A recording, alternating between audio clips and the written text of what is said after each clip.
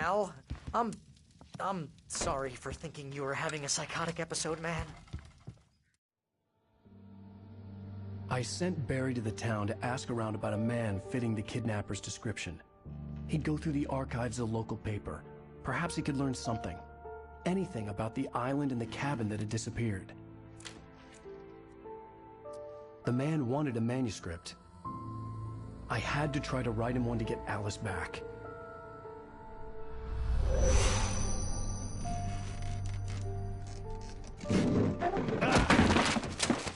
For me, the supernatural had always been nothing but a metaphor for the human psyche, a tool to use in writing fiction. Now, it was happening for real, and I couldn't put a single word on paper.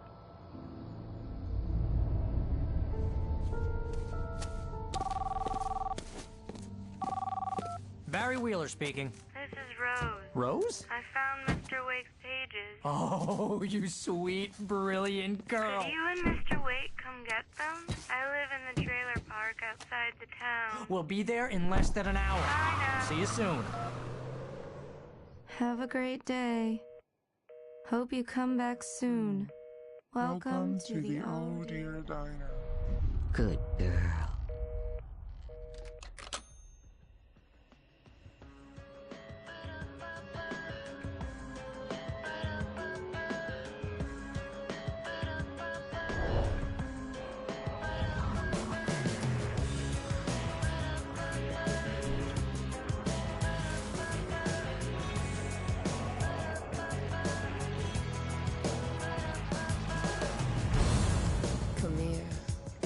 Previously on Alan Wake, Alice has been kidnapped. Alan, please help me. Alice? You'll do exactly what I say if you ever want to see your wife again. I can't tell anyone except my agent Barry. Damn it, Barry, they'll kill her. You're my best friend, and I'm worried that you're not right in the head. The ransom is a manuscript I supposedly wrote that's coming true before my eyes. It happened just the way it was on that page. So dark. I have found only a few scattered pages. I want the entire manuscript. The deadline is in 2 days. I found Mr. Wake's pages.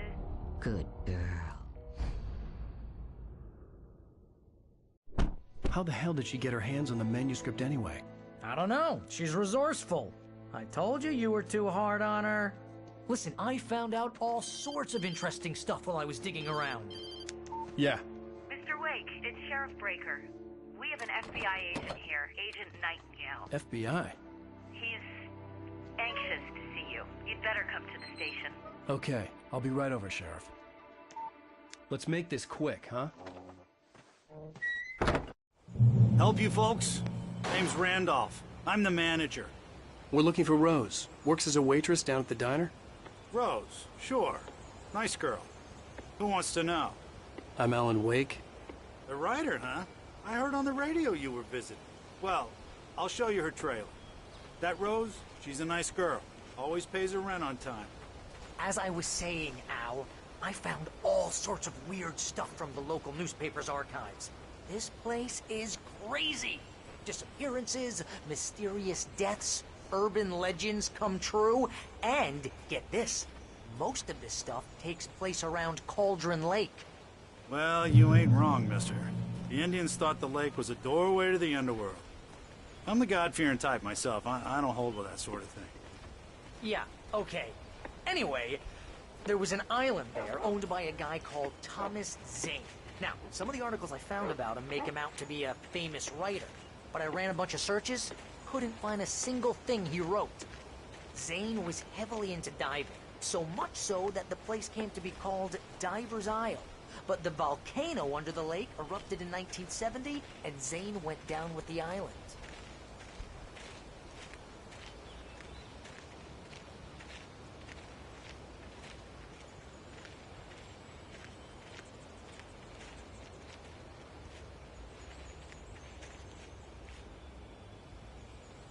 It gets better.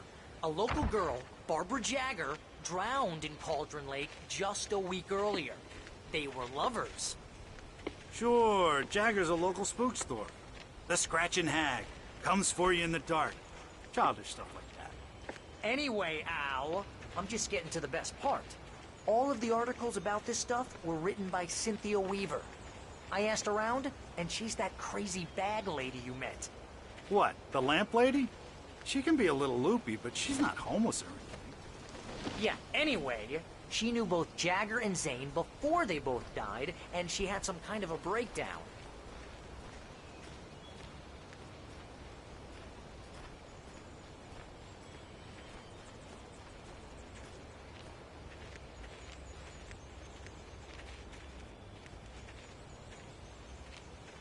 Well, mister, this here's Rose's trailer. You mind me asking what you want with her? We're just here to talk to her, pal.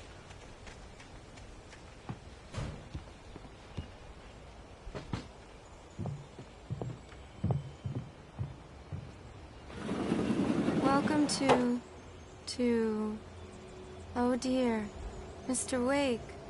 I'm so glad you're here. Rose, you have my manuscript? Oh. Oh, yes. Yes. Please, come in. Hey, this is really good. Rose. Yes. My manuscript. I really need it. I understand. I know what you need. A muse to inspire you. Oh, for Barry? She doesn't have anything. Yeah, hey, Al, what's... Oh... Barry! What? What?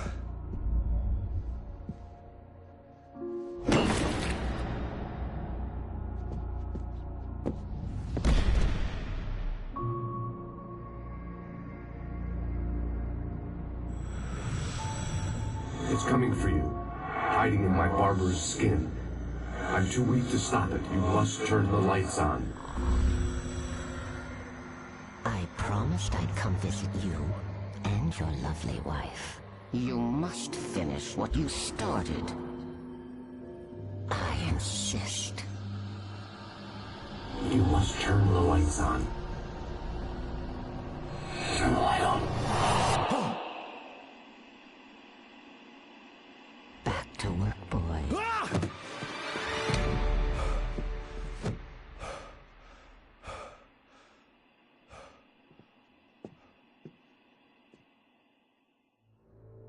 I felt nauseous, hungover. Only anger kept me going. I can't tell reality from dream anymore, but it seems I have an imaginary editor to help me. She's an old woman in a funeral dress. I call her Barbara Jagger. Rose took a day from me. I had less than 12 hours left to meet the kidnapper. All I could do was get Barry into the car, work something out once I got on the road. Welcome to the Oh Dear Diner. What can I get you today? Coffee? I couldn't work up much hate for Rose. Something had used her to get to me and left its mark. First refill is free. My gun and flashlight were gone.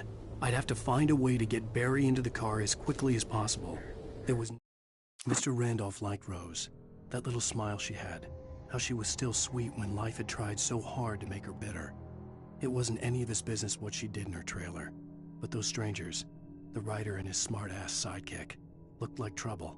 And they'd been in there for hours, way past her normal bedtime. No time to waste.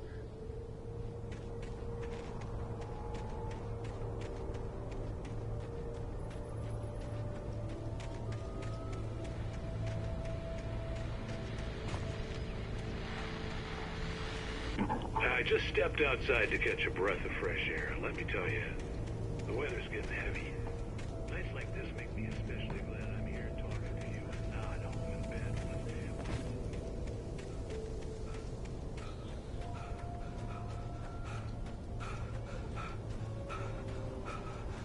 Oh, you're gonna get it now. God knows what you've done to that poor girl. This is Agent Nightingale, FBI! Get him up, Hemingway! You're under arrest! You move a muscle, I'll unload right in your goddamn face! Stay right where you are, Slane!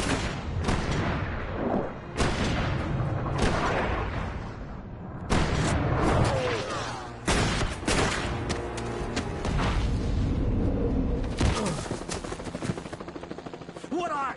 I'm standing right here, you goddamn maniac!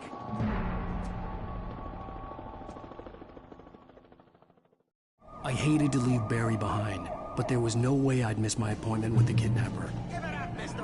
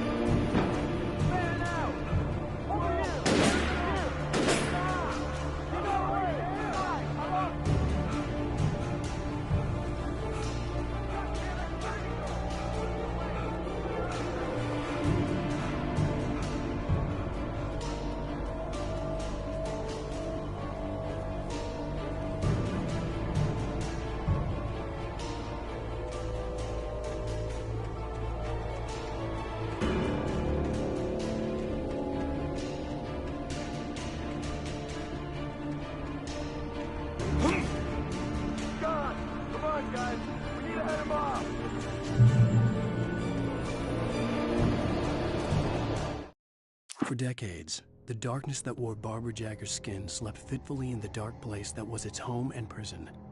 It was hungry and in pain. It dreamed of its nights of glory when the poet's writing had called it from the depths and given it a brief, terrible taste of power and freedom.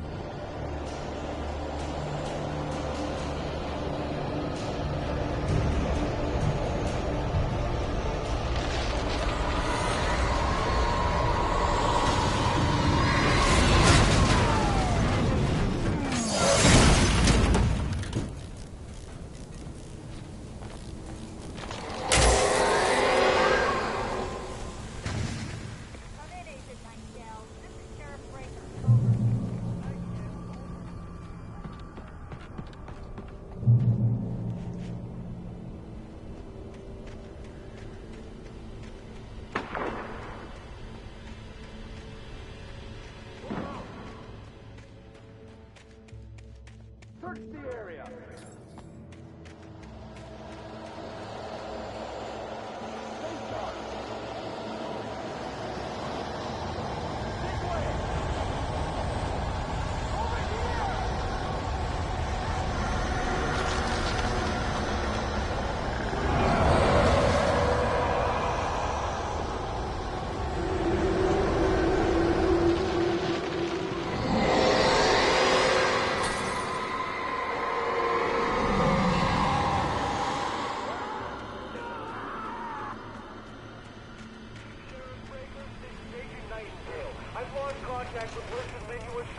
This horror was everywhere I went, circling me.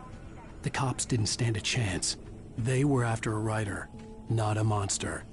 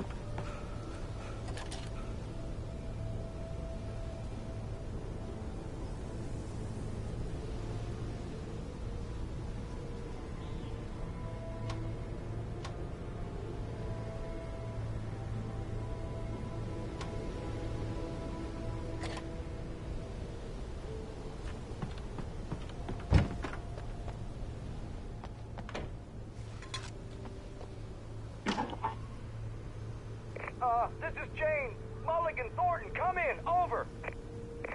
Thornton here. Jane, we got both Wheeler and Rose in custody. They didn't put up a fight or anything. But anyway, come on. I could see the lights of the radio station in the distance. Over. Go ahead, Mulligan. Over. We got Wheeler and Rose here. Wheeler's drunk or hopped up on something. Speaking of which, that Fed had a pretty distinctive whiff of odor scotch about him. You know what I mean? Over. I don't have anything on that, Deputy Mulligan. Over. Well, whatever.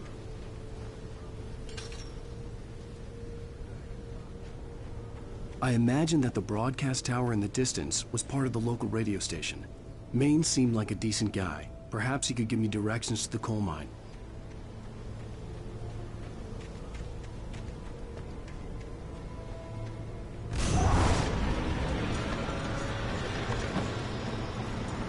Unnatural shadows clung to the gate. The darkness that was after me was trying to stop me. I wouldn't get through without a light.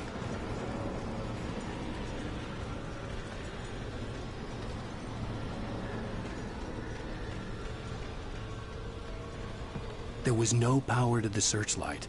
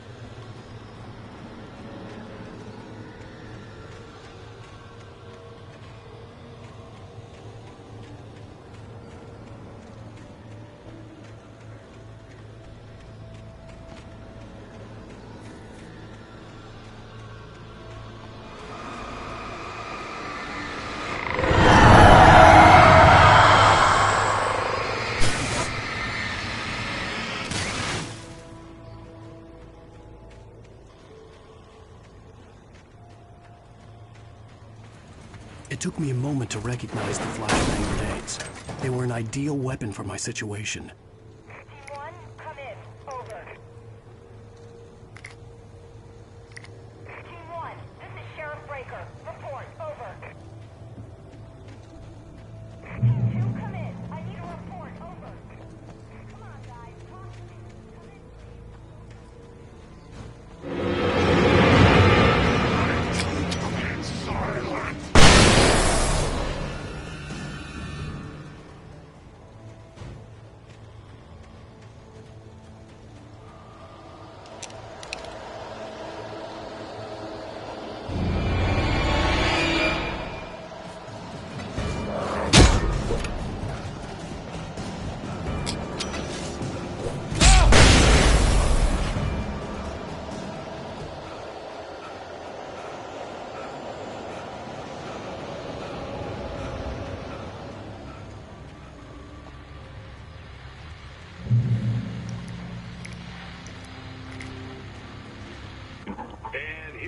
call.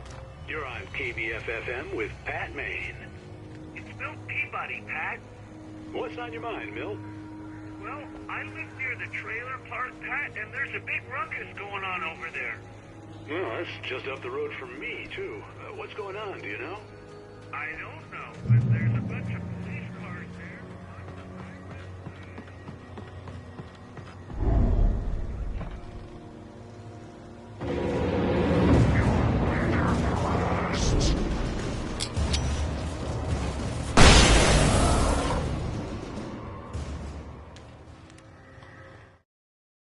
Touched by the dark presence, Rose was lost in a dreamland where everything was drawn in black and gray crayons.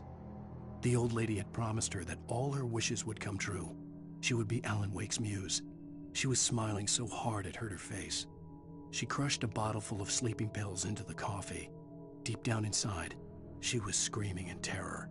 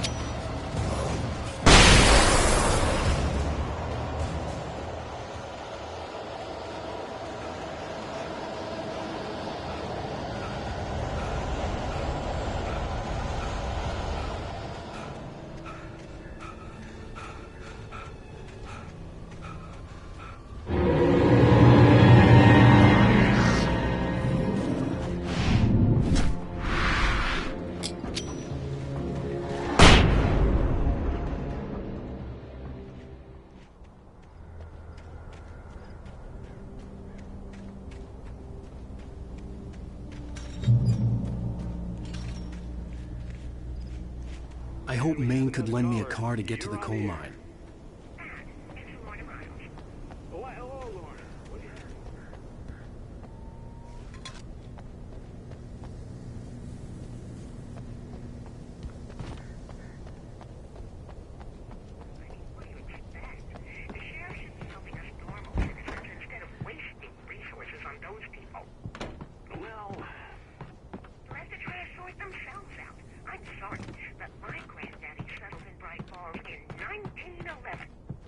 Well, thank you very much for that compassionate viewpoint, Lorna. Oh, here's a little surprise. The famous writer Alan Wake just walked in. Folks, I'm going to see if I can talk him into an interview. Come on in, Mr. Wake. Oh, I'm so glad you could find the time to do this, Mr. Wake. Nowhere to run now, Dan Brown. You back away from me. Don't hurt. Whoa. Everyone calm down. Put the gun down. We're all friends here, right? Cool your jets, Nightingale. We got him. Judas Priest! What the hell's the matter with you? There's a civilian in there.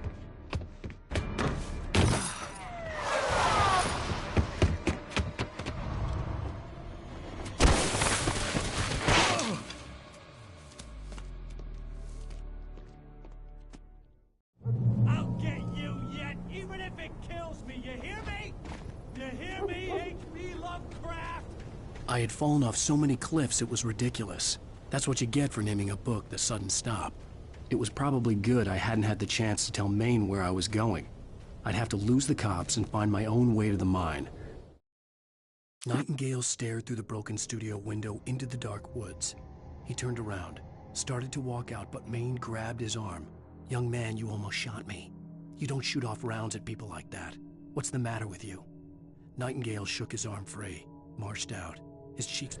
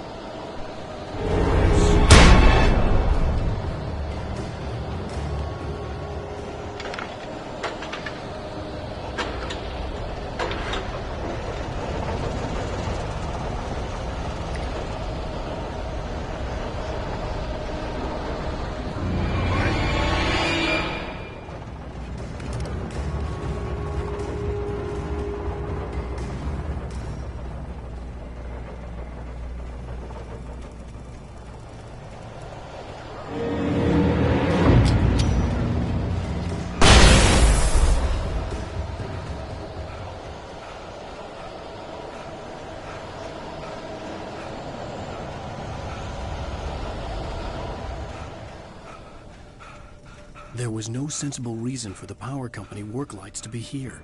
It was almost as if they'd been left for someone like me to use.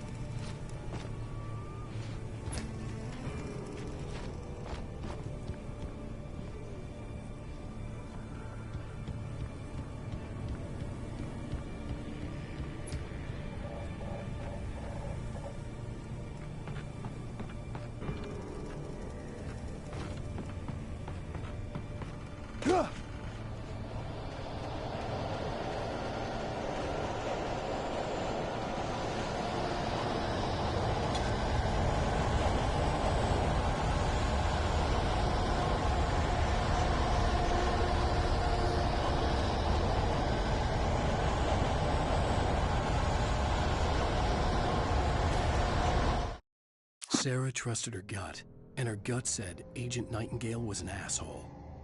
He felt wrong, and it wasn't just the smell of stale booze. It was in the way he flashed his badge, pulled rank, the look in his eyes when he wanted answers. Where was Alan Wake? What was this about an accident? Where was his wife? And most importantly, why did she let Wake go? He wouldn't answer her questions. Federal business was all he'd say.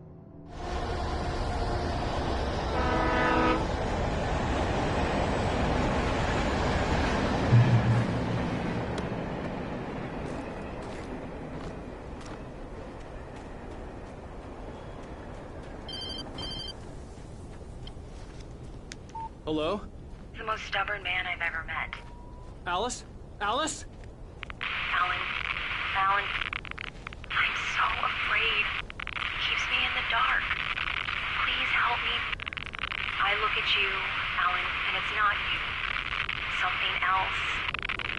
Looking out from behind your eyes. Alice, I'm here.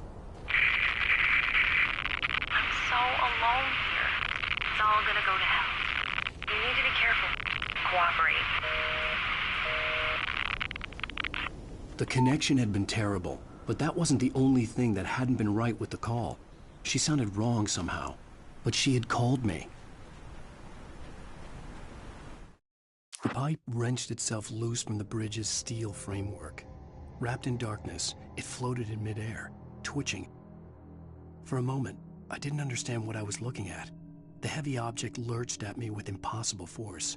I threw myself out of the way, but just barely. When I turned my...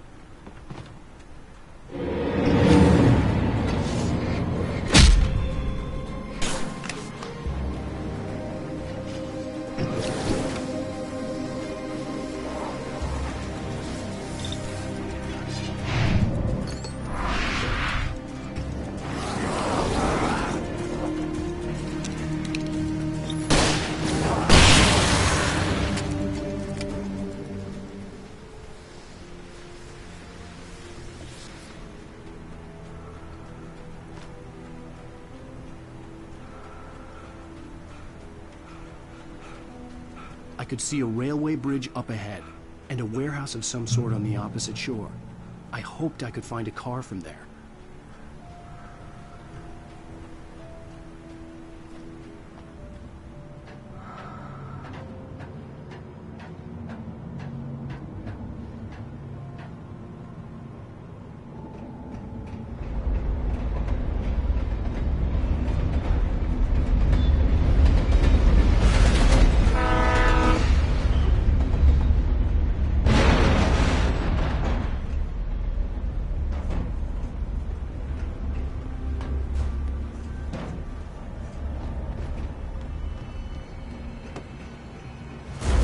That was pursuing me was growing stronger, and it was taking over everything in its path.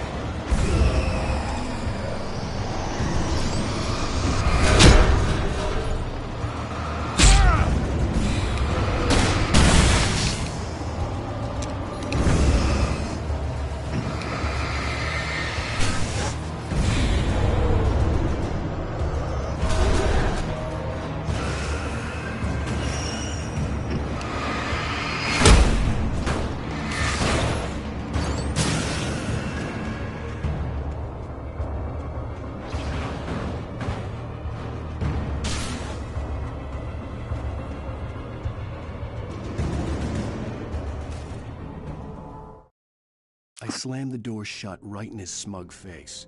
He pleaded for me to open the door. True to form, the asshole actually thought I would obey. I had no sympathy left, no guilt either, not for him. I took a moment to savor the scream. I bet I had a smile on my face. It was all that I had time for. The dark presence was inside the lodge with me.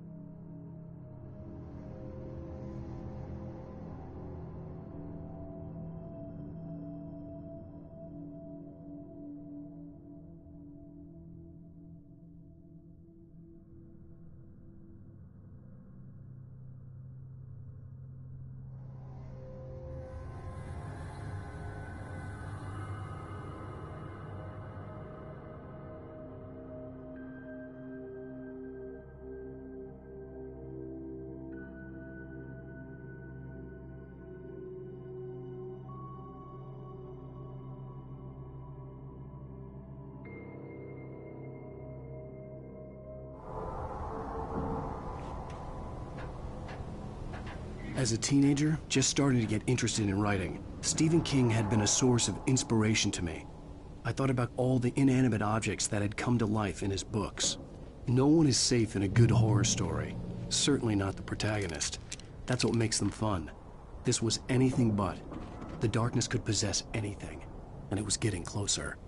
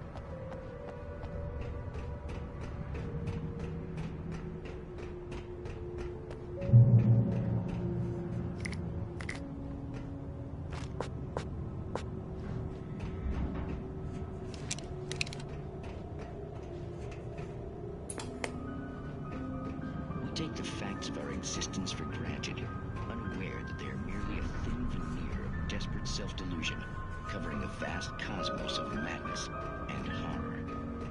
All too often, the stars are right. In Night Springs.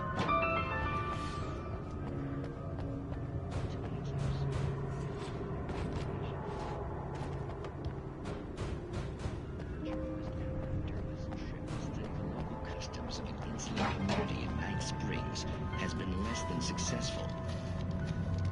Until tonight. Well, I'm glad you changed your minds about this. Ancient customs, local mythology. My editor loves this kind of stuff. Well, Mr. Derleth, we don't want to feel like we're on exhibition, but you have demonstrated the seriousness of your intent. No, I am serious. Really, just do your thing. I'll stay out of your way and observe. The darkness surged towards me, sucking everything loose from the ground into its depths, tugging at my clothes. I saw the flare the kidnapper had dropped and threw myself towards it just as I felt my feet leave the ground. The darkness embraced me with the force of a tornado. Somehow I managed to light the flare. The darkness... Actually, I thought you could assist us. I'm not here.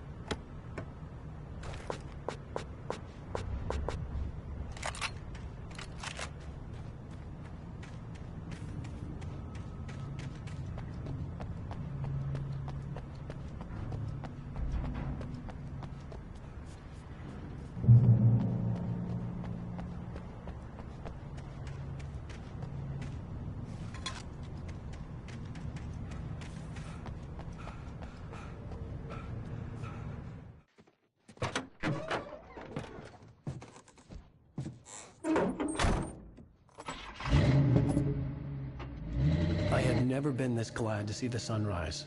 I had a couple of hours to get to the coal mine.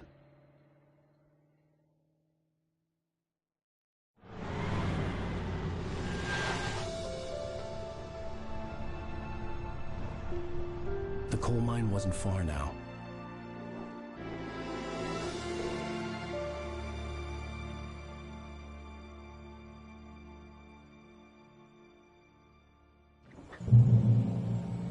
Today, I would meet the kidnapper, and he would give me Alice. I wouldn't give him any other choice.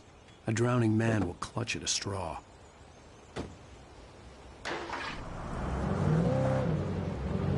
Little by little, without realizing it, I'd come to believe that the story in the manuscript was coming true. The current of its narrative had taken me deeper and deeper into dark waters. Alice had been taken from me. Barry was probably in jail. I was a fugitive from the FBI. The whole world taken over by the dark presence was trying to destroy me. It all felt real, but it matched a textbook case of insanity.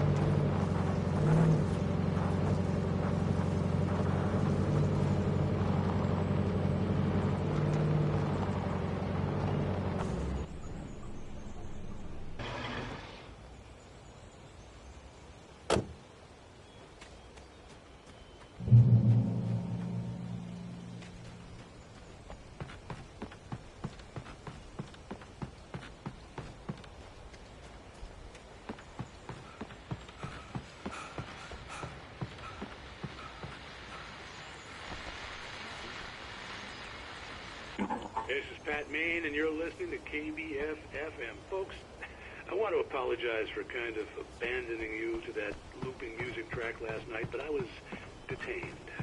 You see, I encountered a big-shot G-man with an itchy trigger finger who could use a lesson in manners and a boot in the ass, not necessarily in that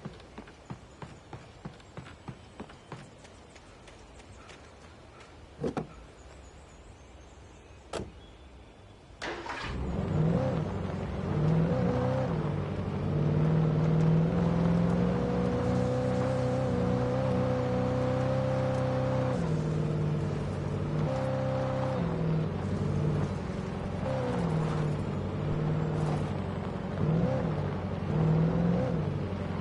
I was early. I was supposed to meet the kidnapper at noon in the main building. The coal mine was quiet. It was a museum now.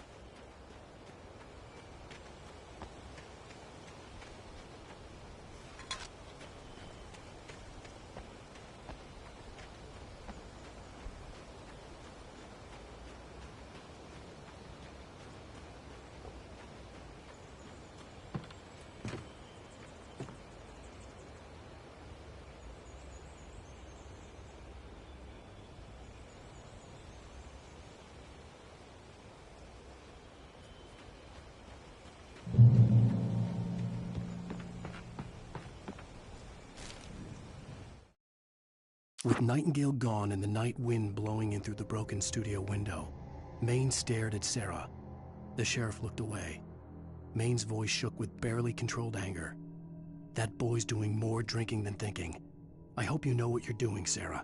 He's got a sickness in his eyes. You take my word for it. He wants Wake for a reason, and it's not.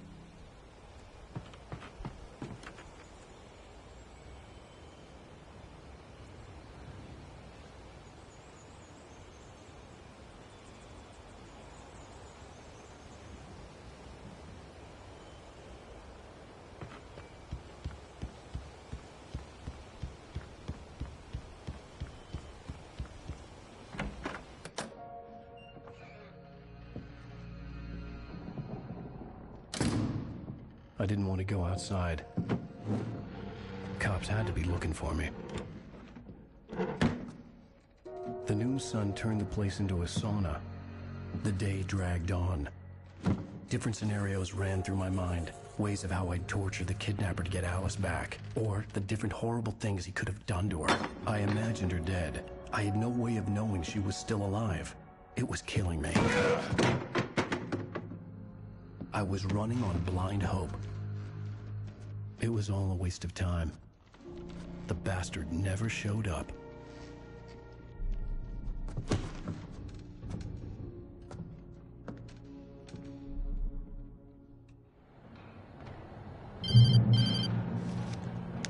Wake! Where the hell are you? Change of plans. You know where Mirror Peak is? It's a big mountain north of where you are. You follow the path from the mine, you can't miss it. There's a lookout point there. I'll be waiting.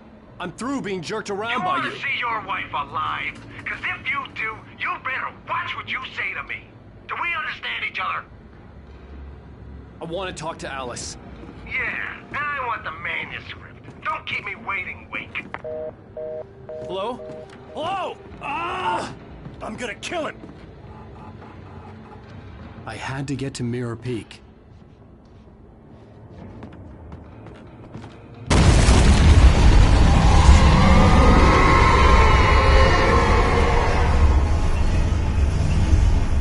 It was close. Maybe closer than ever before.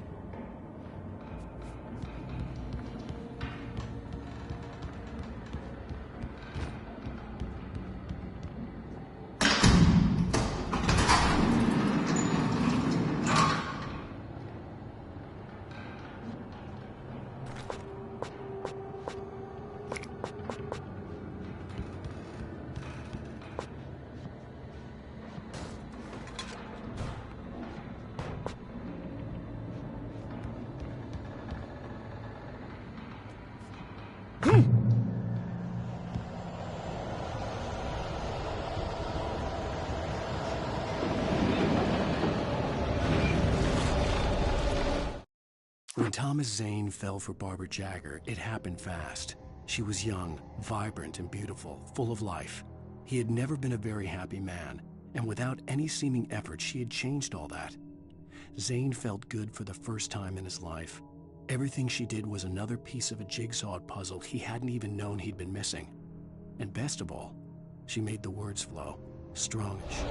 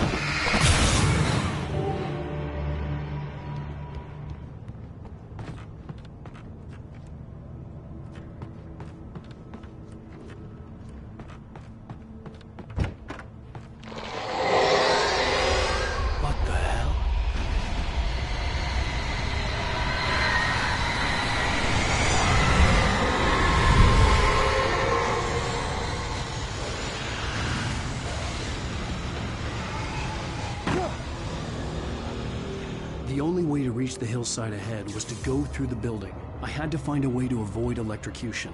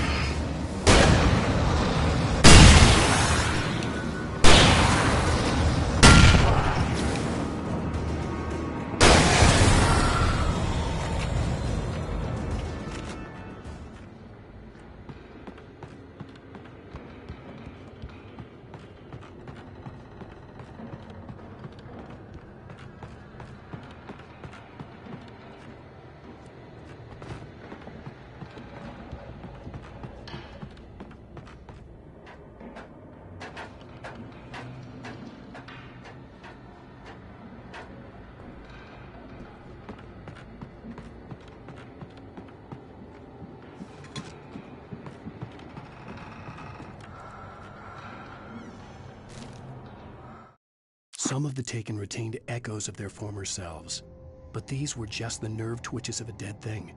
Nothing remained but a shell covered and filled with darkness. In most cases, these puppets were enough for the purposes of the dark presence. But for anything more elaborate, as with the writer, it was different.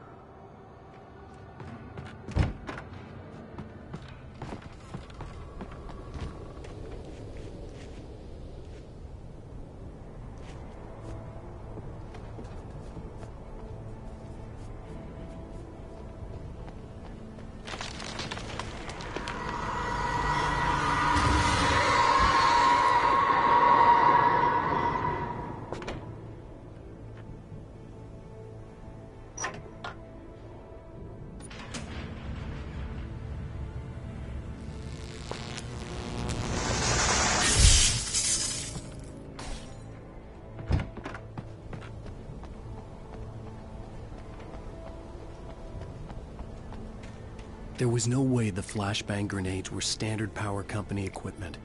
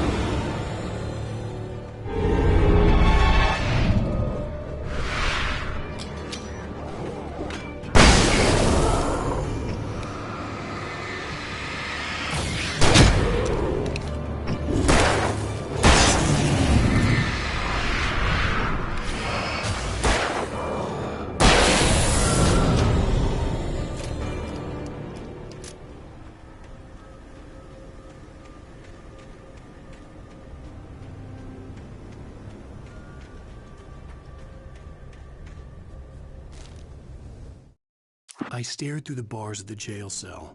Barry stood behind me, swaying on his feet, looking as ill as I felt. Agent Nightingale stood on the other side of the bars with Sheriff Breaker. Nightingale had a stack of manuscript pages in his hand. He seemed unhinged as he gloated. "Well, I've got you now, Raymond Chandler. It's all here. All the evidence, including conspiracy to murder a federal..."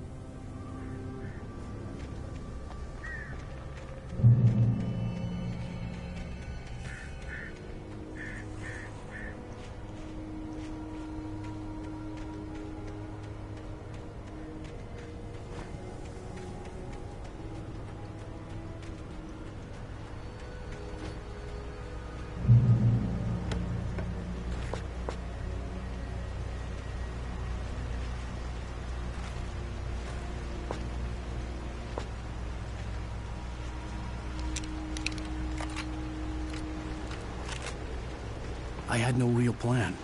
I was going to give the kidnapper all the manuscript pages I had for Alice. If that wasn't enough, I'd hold him at gunpoint and make him talk.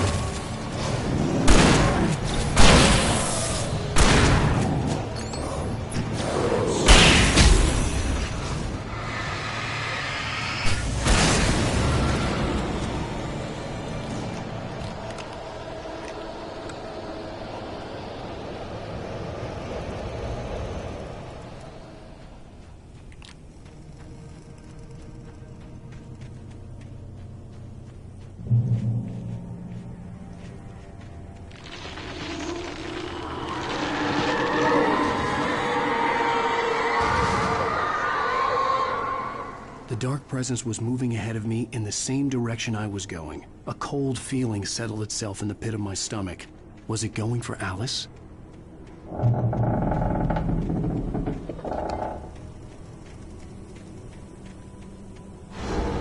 The graveyard shift may cause cancer.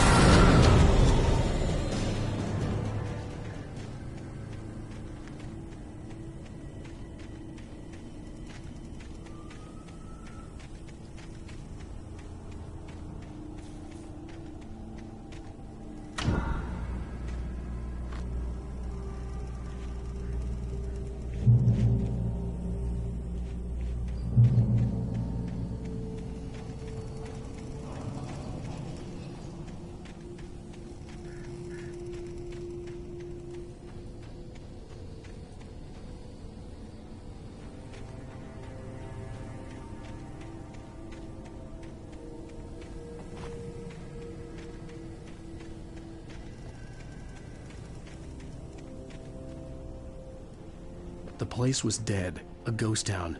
Had been for decades, maybe a century.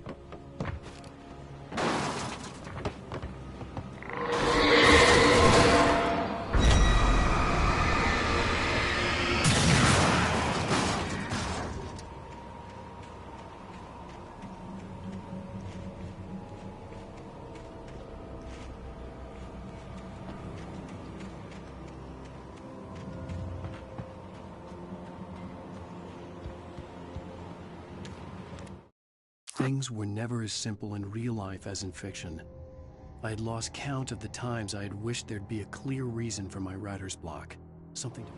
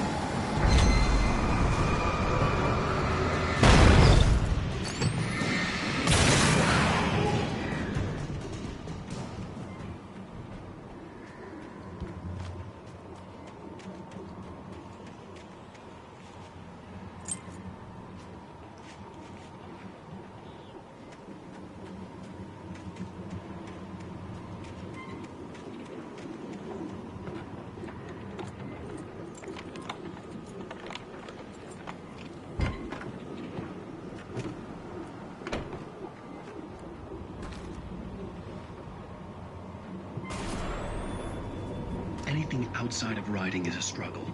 I feel ill. I managed to make my way downstairs. There's a shoebox filled with books and papers by Thomas Zane. It's very hard to focus, but I managed to read some of it. He's a poet, and a good one. He writes of muses and creators summoning fabulous things from a magic lake, using his powers to shape the world of a realm of gods and dreams and demons, dark things that...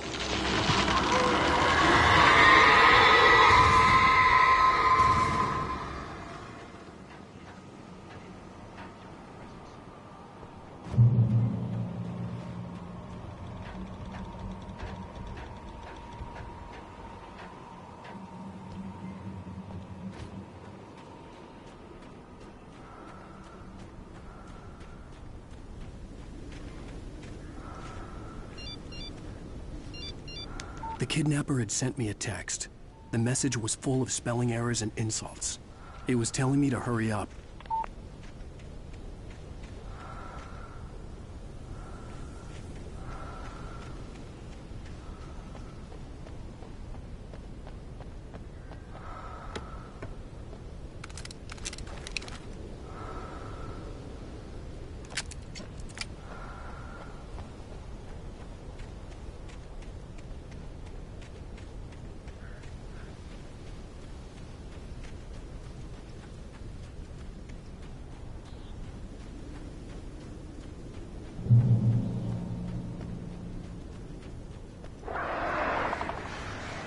Birds.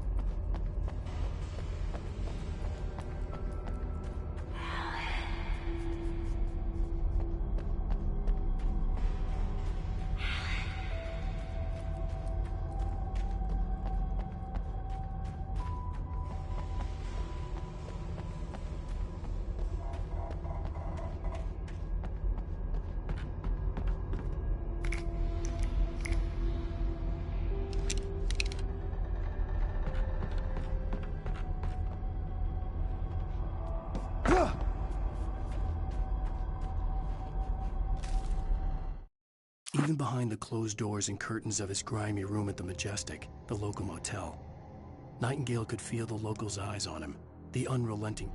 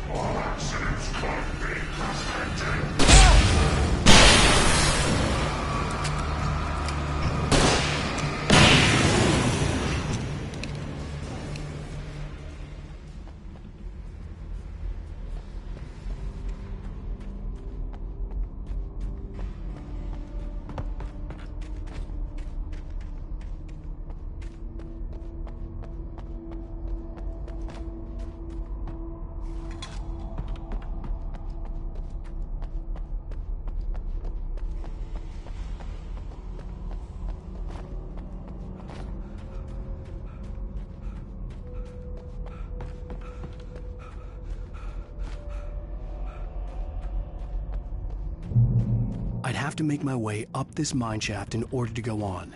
Maybe the machinery could help me with that.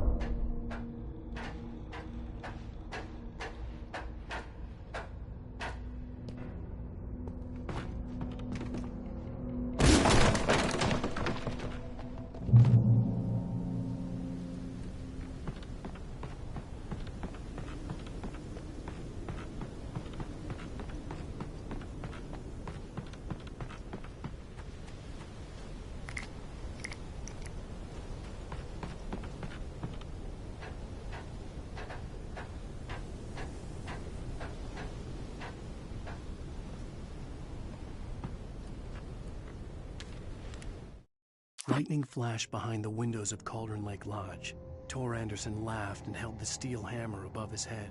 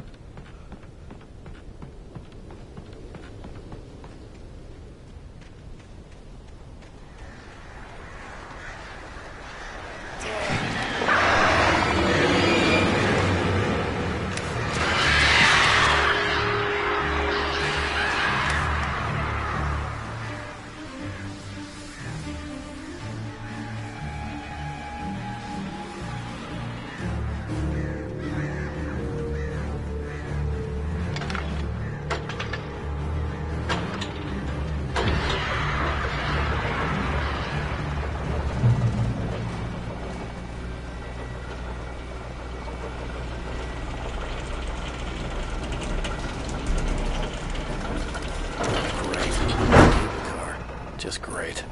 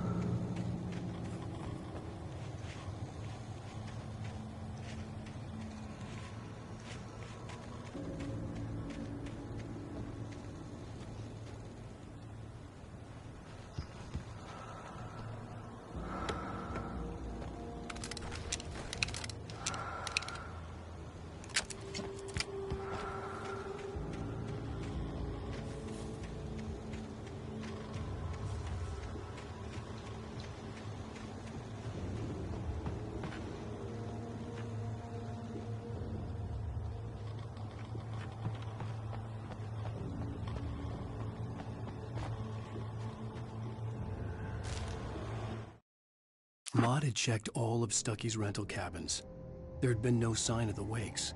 It was dark when he'd found their car parked at the end of the road by Cauldron Lake.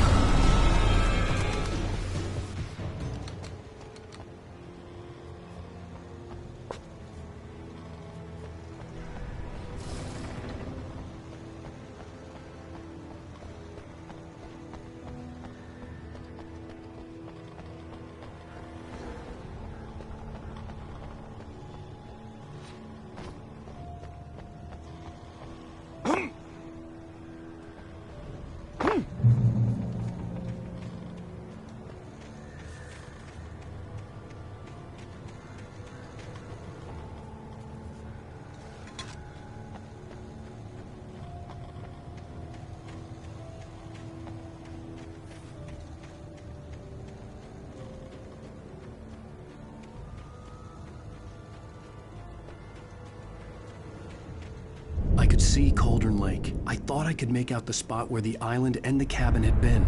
There was a light near it. It had to be a boat.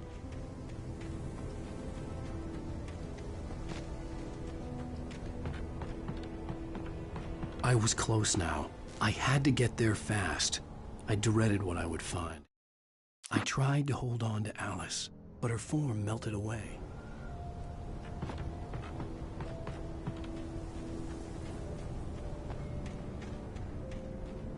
Wait! Are you? Wait! Hey, I'm here! I'm coming! No! Get away! Sorry. Please, it's late. The boss didn't know who he was messing with. I didn't know. I swear, I didn't know. We don't have to fight.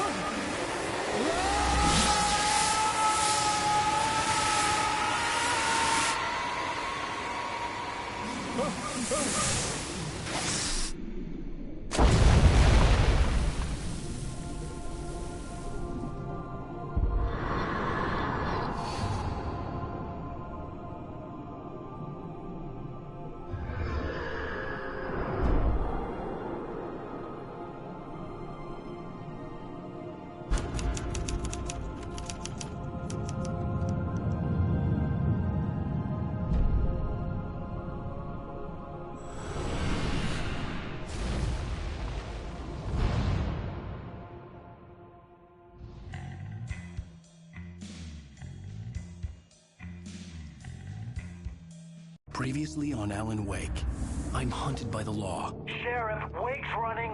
I'm giving chase. Are you seriously telling me that writer just took out my deputies? A thriller I supposedly wrote is coming true. The genre of the story seems to be shifting. It's turning into a horror story. I was told that Alice had been kidnapped, but that was a lie. We don't have his wife. We don't know where she is. Her purported kidnapper was eaten up by the dark presence before it attacked me.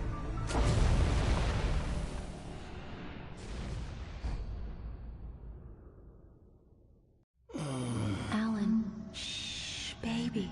It was just a nightmare. Alice. There you go, Alan.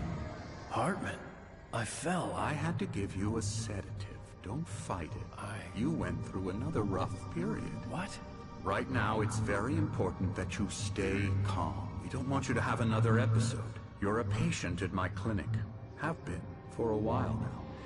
The shock of your wife's death triggered a mental illness. No, you lie. You're suffering from various symptoms of undifferentiated schizophrenia. Bastard. It's okay, Alan. Just let go.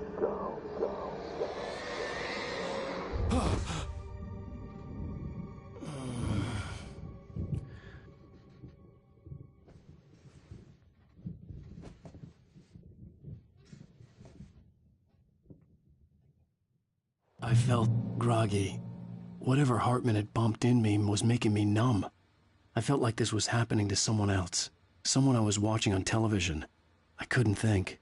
Couldn't focus.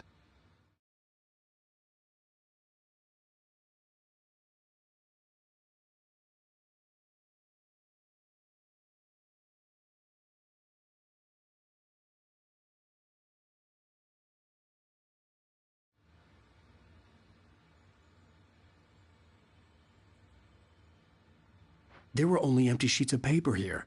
No manuscript pages. The door was locked. I was a prisoner here. Good evening, Alan. Are we feeling better now? Feeling calm? Yeah. I see you brought your pet gorilla with you. So sure, I'm calm. I get the message. Loud and clear. Quite right. That's the spirit. You're being very brave, Alan. I understand you're confused. I would be more concerned if you weren't suspicious of me. I don't blame you for it. Big of you. Now, why don't you come with me? We'll reacquaint you with my clinic and go over everything you might have forgotten. Little walk and some fresh air? Yes, it will do you good. This corridor is for patients. Most of them aren't here right now. Jack took them out for a fishing trip, except for the ones who are particularly vulnerable, of course.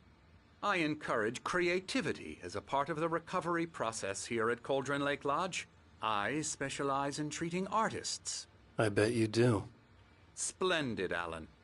I honestly believe we can get this thing under control if we work together. This way, Alan.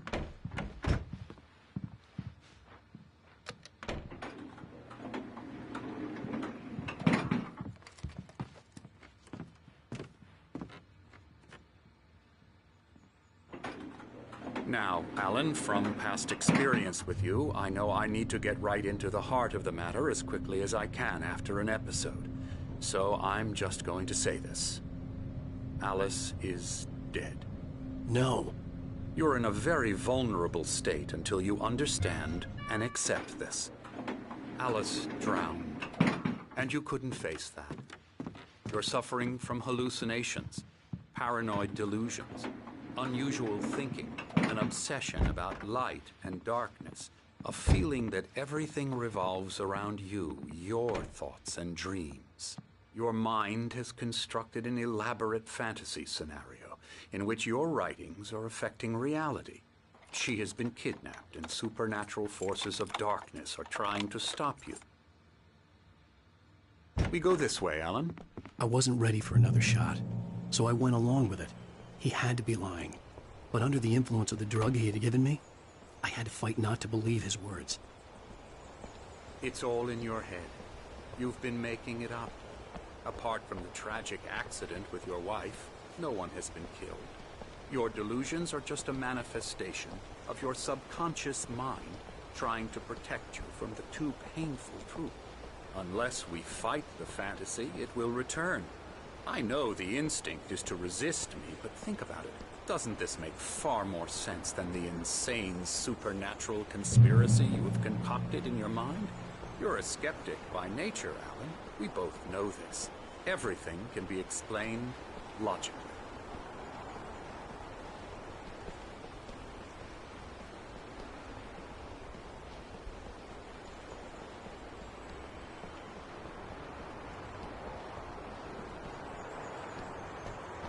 I never get tired of this view. Very inspiring, isn't it? Cauldron Lake spread below us. I could see Mirror Peak on the other side of the lake. I thought I could make out the spot where Diver's Isle had been when I arrived with Alice. Now there was nothing but waves. It seems there's a storm coming. Funny, I don't recall there being a mention of that in the weather forecast. Well, no matter. This way. Follow me. Alan, what I'm telling you is good news. Right now, we're in control. Every time you have a relapse, it gets more and more difficult to resurface from the dark depths of your imagination. Not surprising, considering your profession.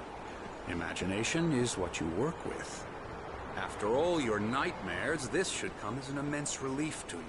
If it doesn't, why is that? Because I'm lying? Or because you don't want to admit that you're not well? It's very natural for you to think of me as your enemy. It's part of the illness. I let him talk. Hartman obviously loved his own voice. His words echoed madly inside my head.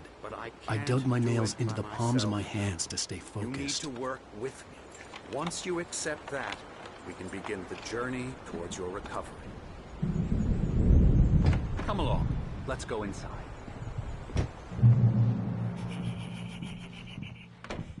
Here's the entrance to the office wing. That's for staff only. You were impressed by my trophies when you first arrived here. I do love to hunt. The great outdoors, man versus nature. It's wonderful stuff. Pretty damn wonderful, yeah.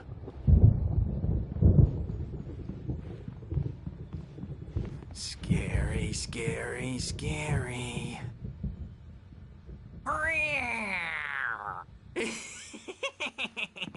Emerson.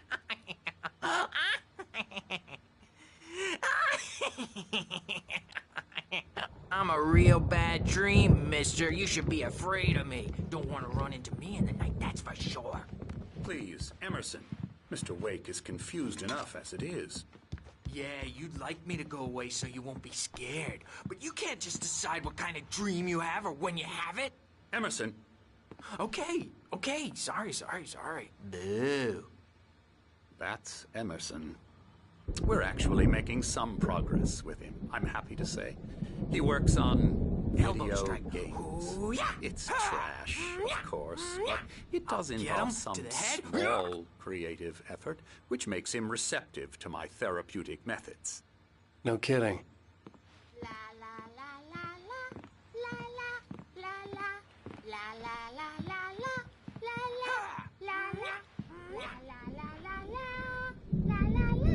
Now, you might have noticed the typewriter in your room. You've been writing as a part of the therapy. As soon as you feel up to it, you should continue.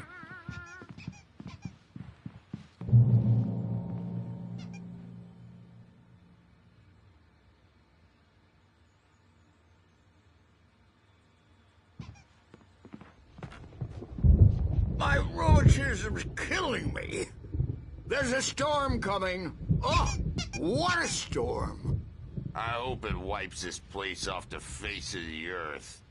And these two are the Anderson brothers, Odin and Thor. They had how should I put this?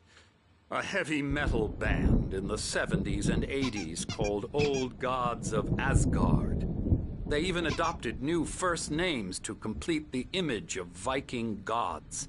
After the band broke up, they lived on a farm nearby. They are, well, in advanced stages of dementia. They're well cared for, TLC and all that. There's nothing more that can be done.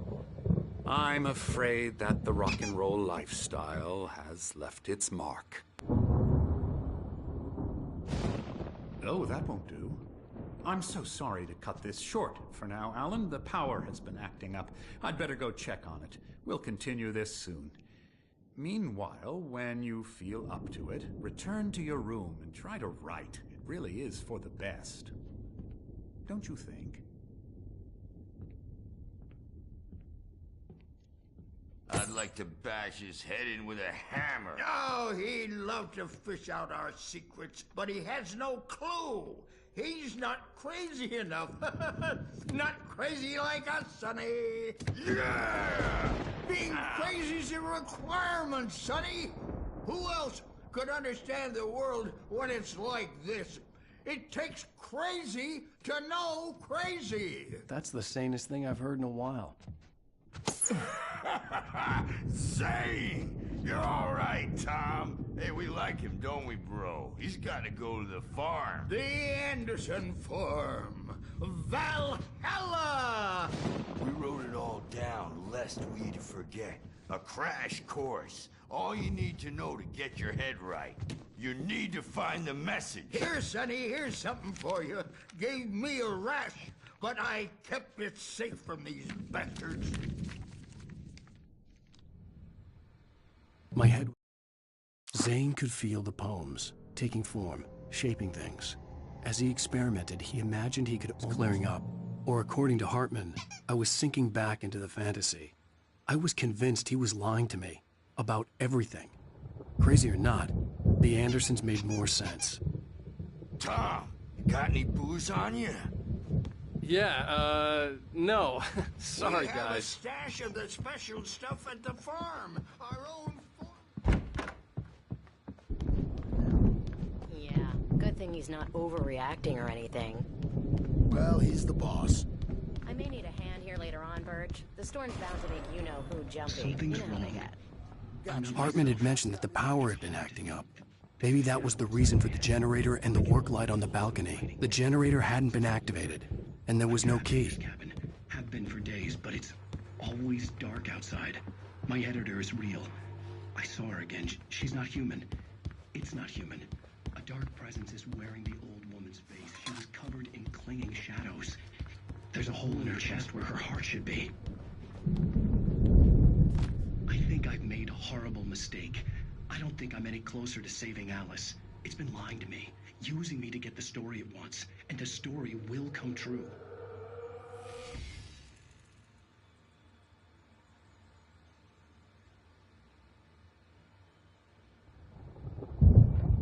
Hartman wanted me to write. I knew I couldn't, but I figured I should just play along for now. It was the only thing I could do with Nurse Birch watching me like a... The white glare of the blank page in front of me hurt my eyes. My hands began to shake uncontrollably. Everybody calm down. Put that down. Bert, I need help. Hey, Wake, you stay here. I'm gonna go see what's up. You just keep doing what you're doing. Be cool, okay?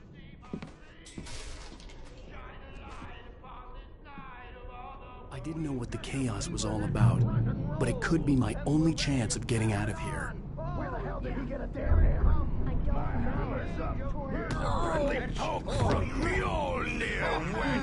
Oh, afraid of the crazy brothers, are ya? Not so weak now, are we? Well, things are unraveling fast, aren't they?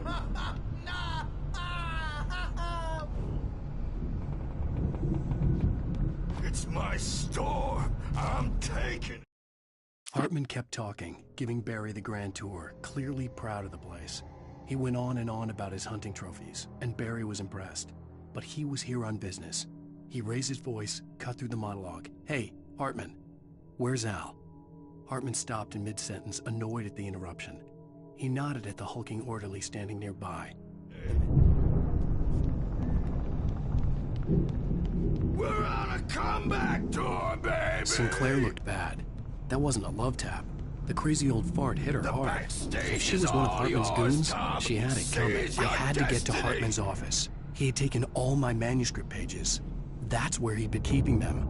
Come out and face the music, Birch! It's time to pay the piper!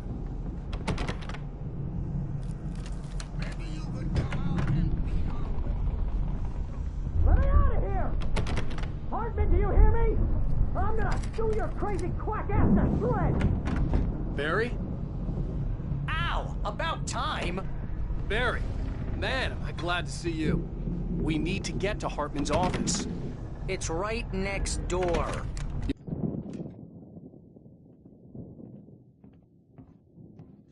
These were all the pages I had on me. And more.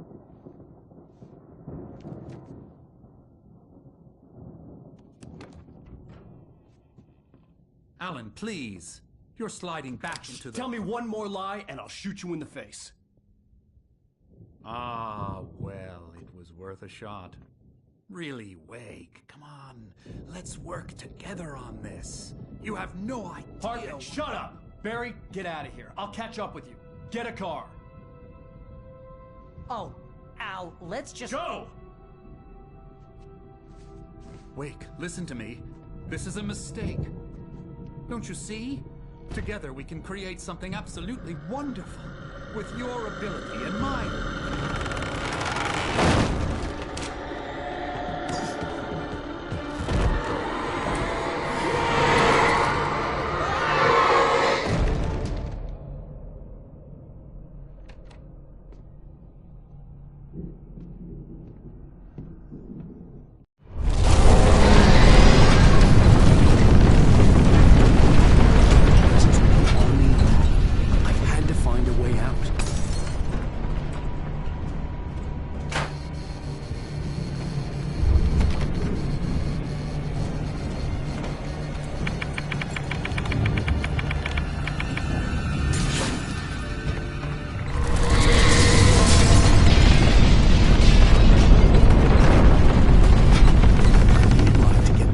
Bookshelves out of my way.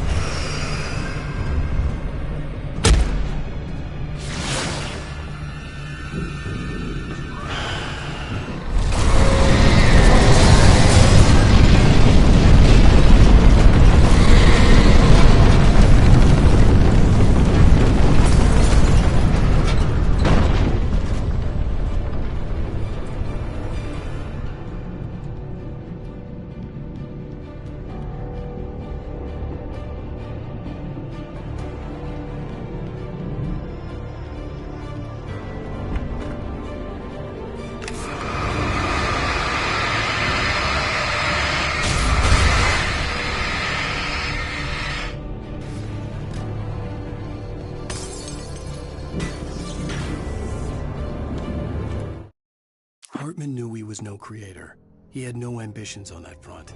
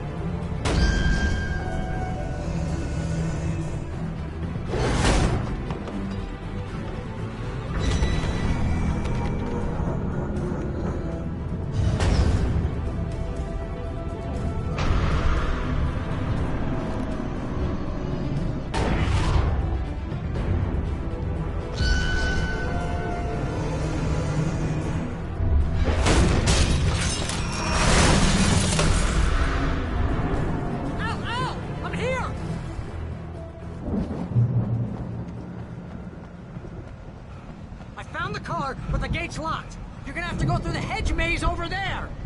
Barry, I don't have a light. Take this, Al.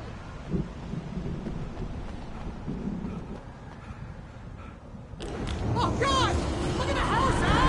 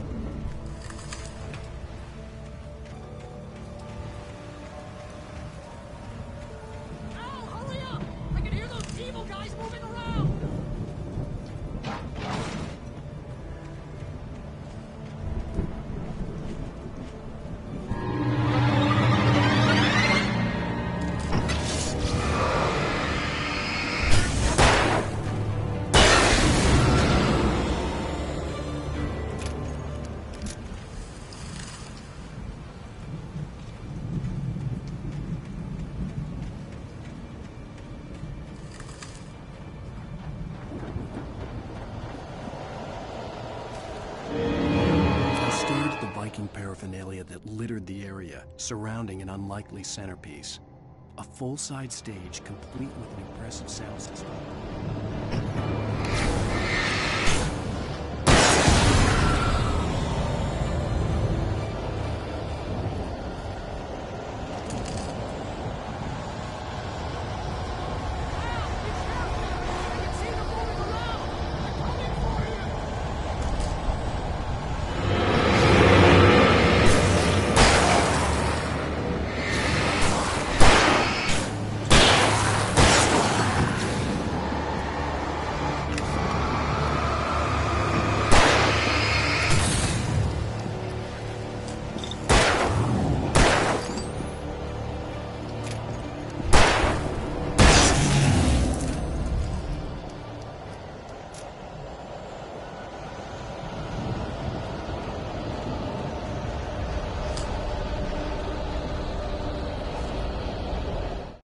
Hartman hurried down the corridor. He had disliked leaving Wake when he was surely...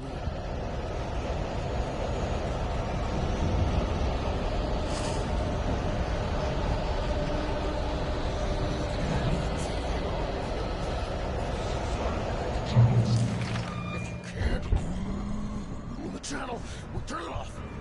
We don't want any fighting. It makes me mad.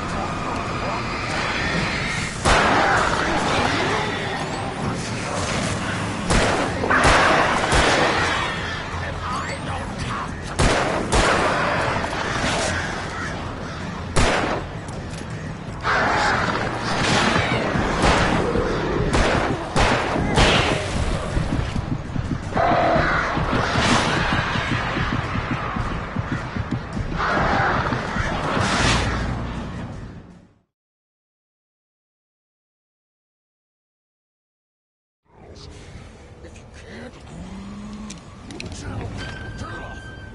We don't want any fighting. It makes me mad.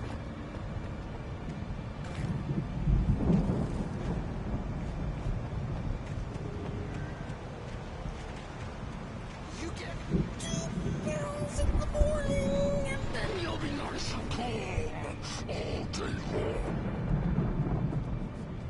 long.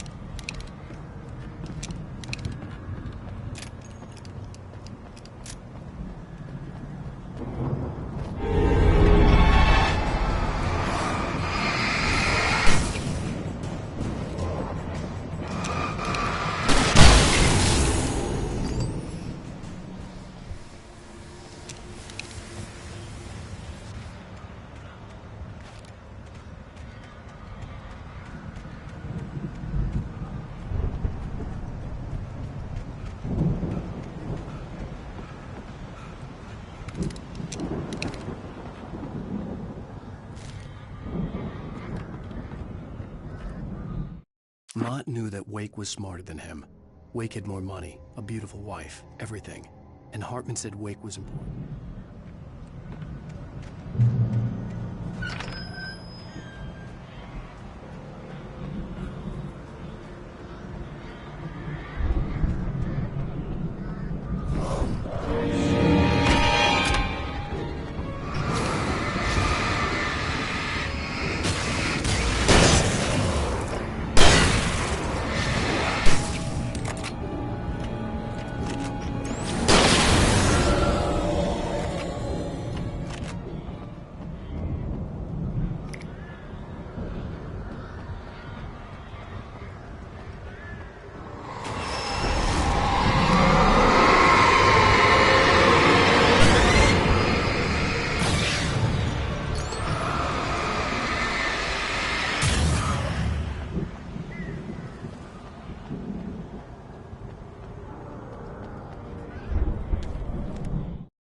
For the moment, Barry was just glad he had survived the fall. He had been separated.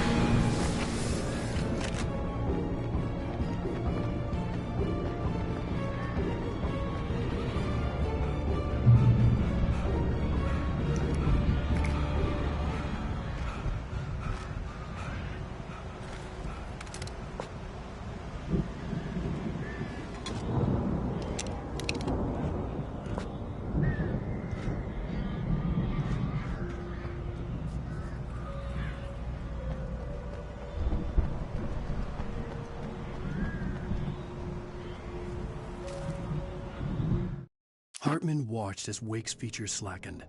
The man was bullheaded, no doubt.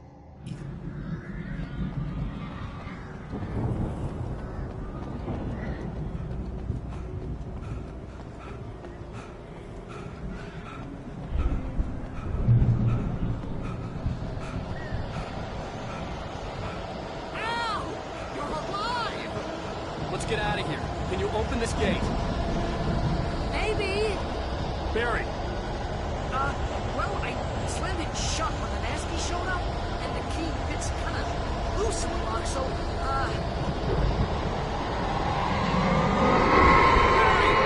I'll find it! Don't worry about it!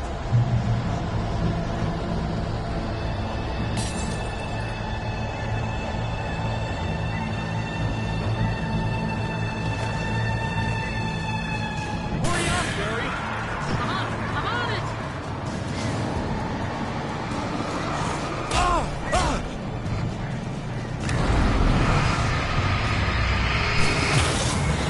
It's gotta be here! Just hang on, Al!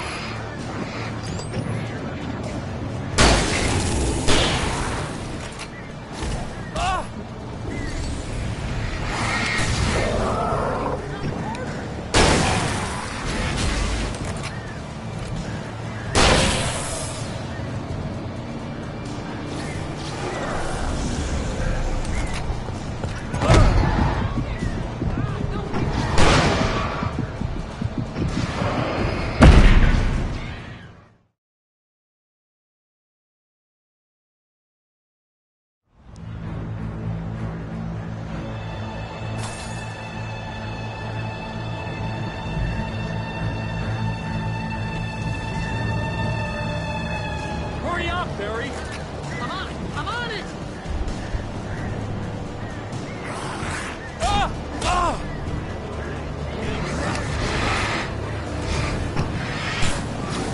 It's gotta be here! Just hang on,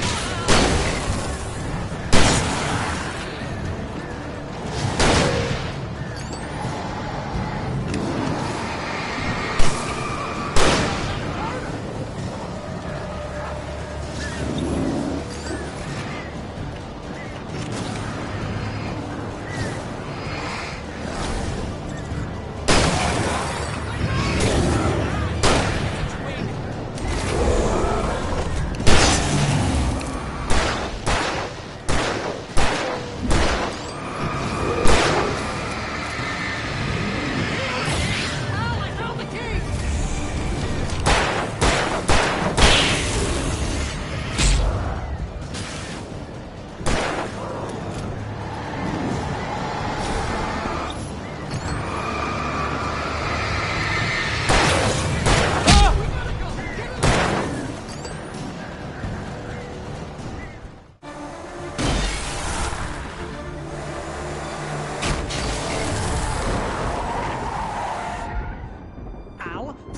me we're headed for the nearest "You're now leaving Braight-Fall's. Come back soon" sign. We're going to the Anderson farm. I knew you were gonna say something like that. You know what? You owe me big time for this. When this is through, if we make it, I don't care what anybody says, I'm done with darkness. You're gonna buy me a tanning bed as a gift, and I'm gonna live in it.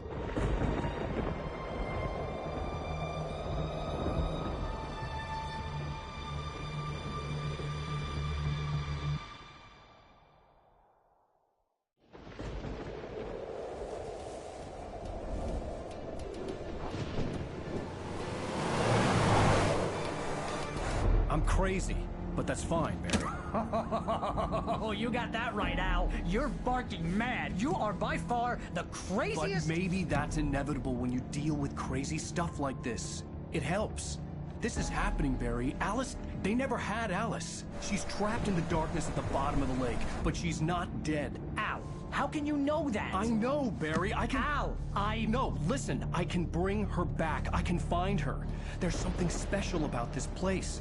The lake, it does something to the works of art created here. It makes them come true. But there's a catch. The dark presence, whatever that thing is, twists it to its own ends. That's why all of this is happening. It's using my manuscript to take over everything. Al, I believe you. It happened to Thomas Zane before, it happened to the Andersons. I believe you. Crazy or not, you're not delusional. Weird shit's going down. That's a fact. I'm on board, man. I'm with you. The Andersons knew about it, but they were too far gone to tell me with all the drugs they were on. But they wrote it down. There's a message somewhere at their farm, Barry. We just need to find it. Look out!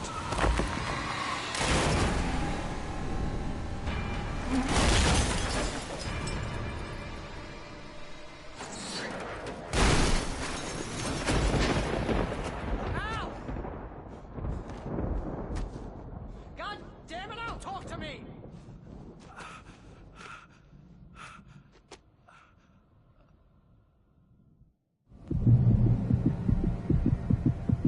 I had lost my gun in the crash. Barry was nowhere to be seen. Barry! Barry! Oh, man, you're okay! Jeez, it's good to hear your voice! I was trying to get out of the car, but the ground gave way. Man, what a drop! Don't worry, your cutout is fine. Forget that! Are you okay? I hit some bushes, didn't get a scratch. There's no way you can climb down, though. It's like a sheer wall. Al, there's something moving down here! Barry, it's a take-it! Use a flare, Barry! Yeah! Barry, are you alright? I'm good, Al. I'm great. Guess you never messed with anyone from New York City before, huh? Way around to the farm, Al. I'll be waiting. Barry, just wait for me, okay? Al, I'm not staying here. It's suicide. I'm going to the farm. I'm gonna go ahead and secure the area. You can catch up. Don't worry about it. I'm on the case. Now he's Rambo. This would turn into a disaster if I didn't catch up with Barry.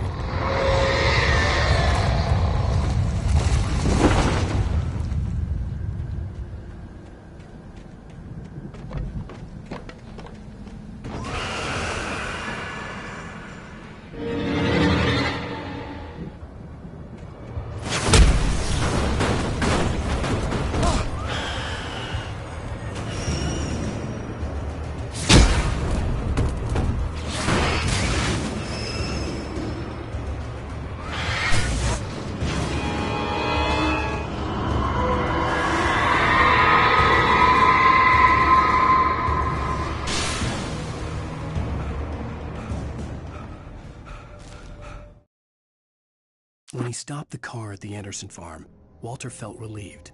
Oblivion was close at hand. The brothers wouldn't miss a jar of moonshine or two in the booby hatch.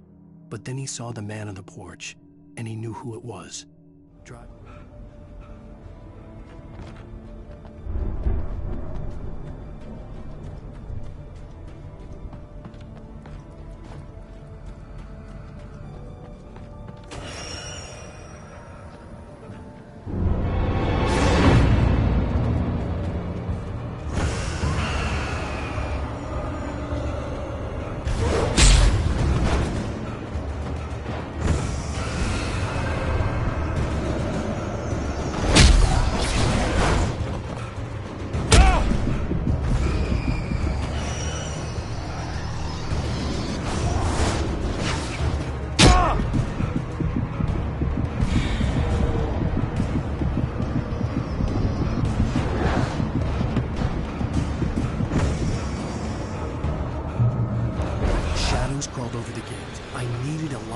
destroy them to get them.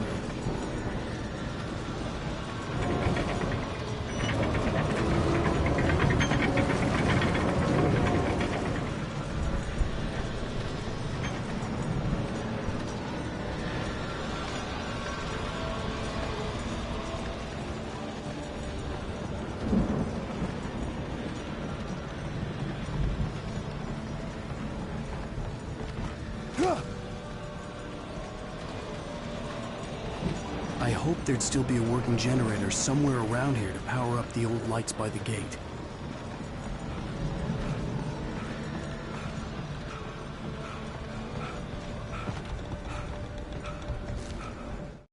Agent Nightingale stared at the passed out rider.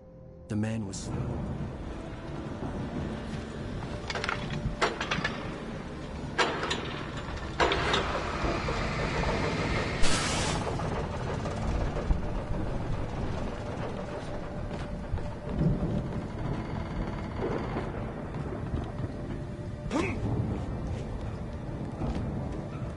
I could sense the movement in the woods ahead. Facing the enemy without a weapon was dangerous, but I had no choice.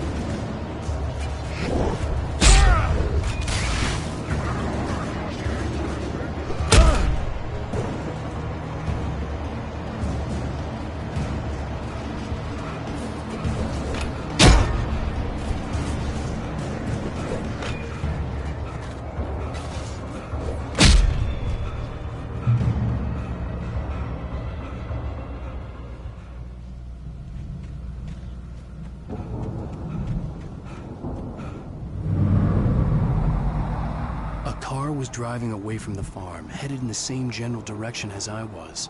For all I knew, it was Barry, caught in the consequences of leaping before looking.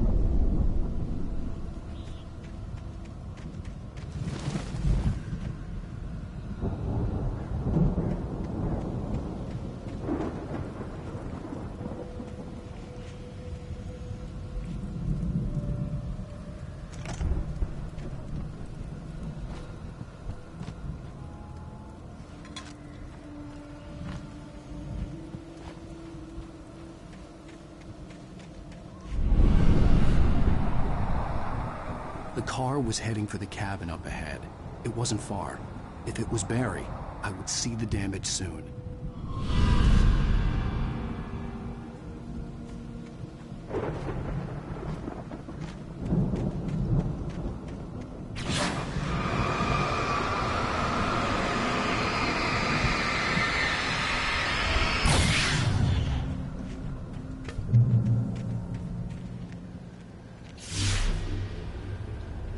I'm trying to deliver each page to the right time and place.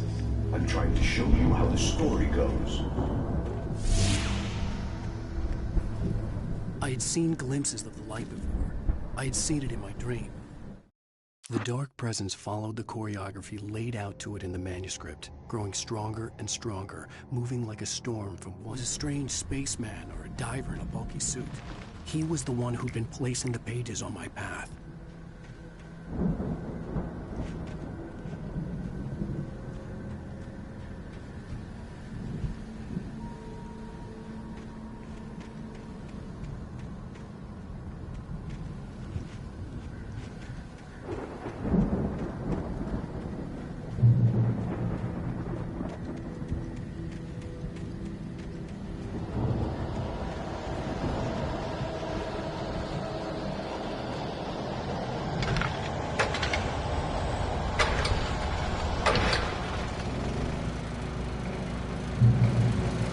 Someone had left a gun behind. Now I had a fighting chance of reaching the farm.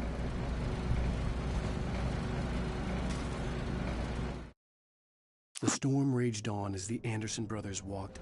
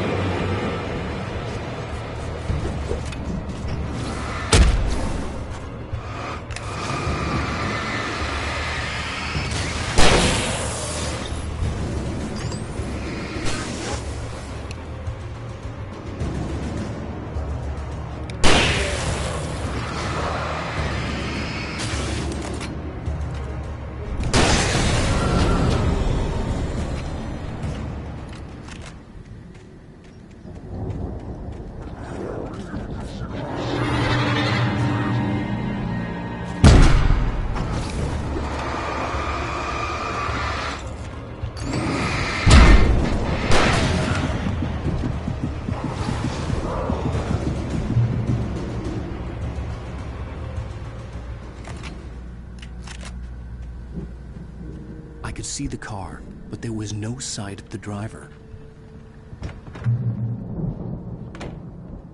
Hello? Anybody here? Barry! No! Danny, you're not!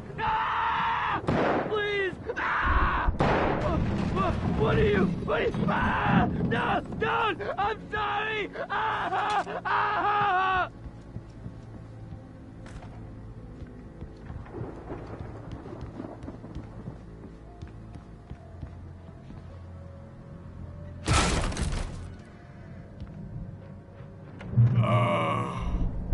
I know you. You were in jail the other day.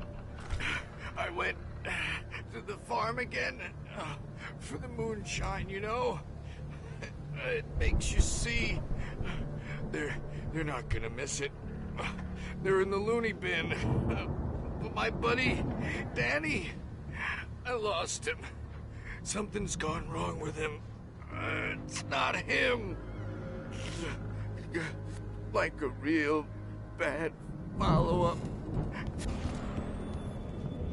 I've run through every possible course in my head. If I continue like the Dark Presence wants me to, the story I'm writing won't save Alice. It's a horror story, and it's going to kill her, and me, and everybody in this town. No one will survive. Darkness will consume everything. This is what it's wanted all along.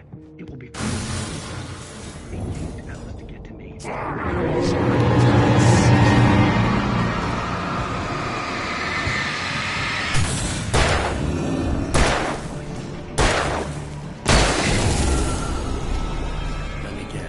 Danny, huh? To save Alice. I'll be bound by the events of the story just as much as anyone else who's been woven into it.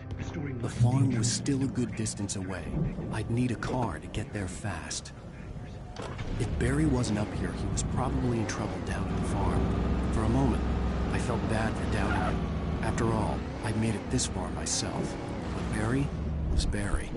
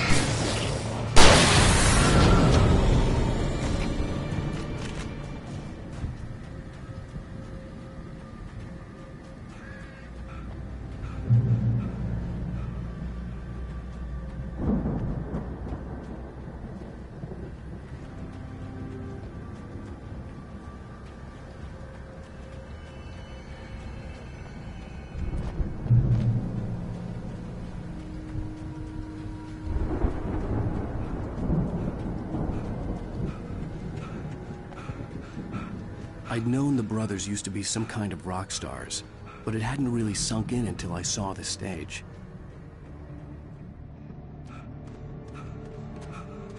Ow! Run! Incoming! There's too many of them!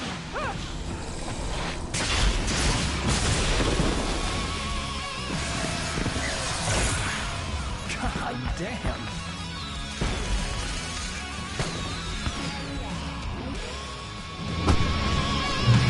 So glad you decided to go it alone, Mr. Bronson. Shut up and shoot! Ow! We have to fight them off! I can set off more of the fireworks from here and help you out! Whoa! Hey, Al! Did you notice there's a lot of ammo and stuff around? This place is stopped! Al, hold on! I'm trying to get the stage lights on!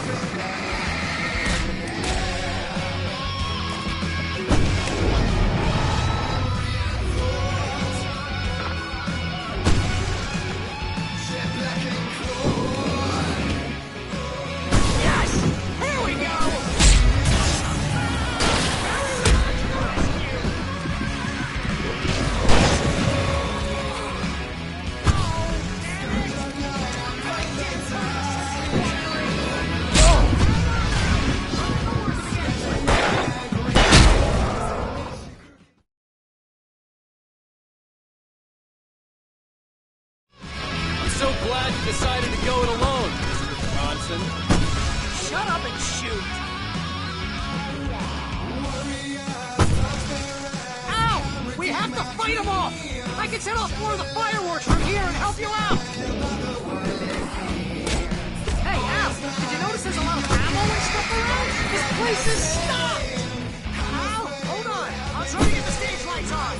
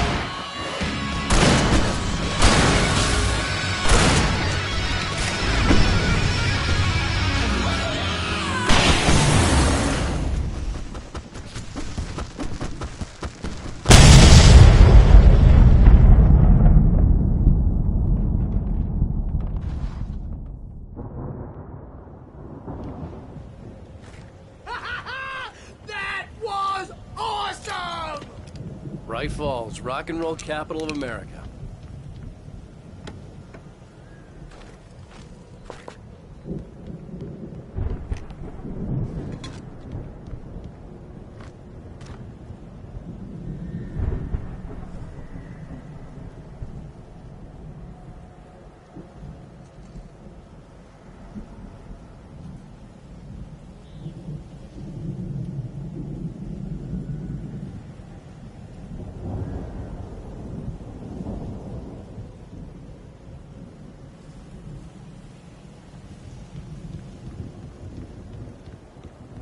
Hey, Al! This way to the farm!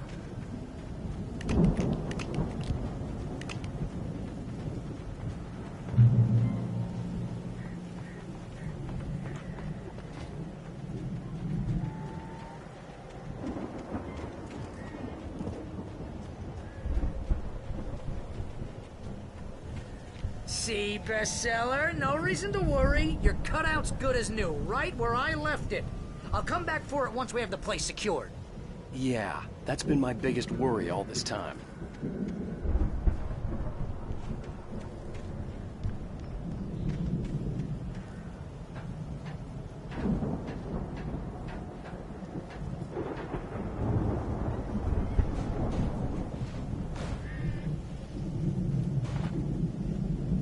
Hey, I think Alan Wake here has something to say.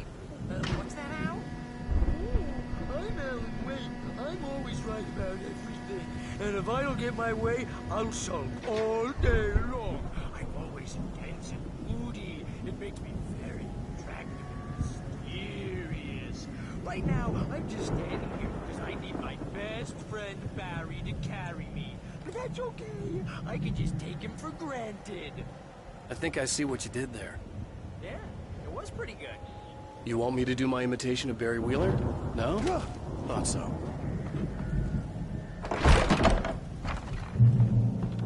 Wow! You look at that thing, Al!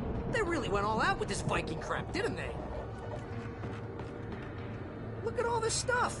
They must have done okay for themselves, so how come I never heard of these guys before? And this from the guy who learned about Ozzy Osbourne through reality TV? Sleep. We all spend. Oh, Night Springs. Man, brings back memories. Hey, remember when I got you that gig? Your first real writing job. What got you started? Was this one of your episodes?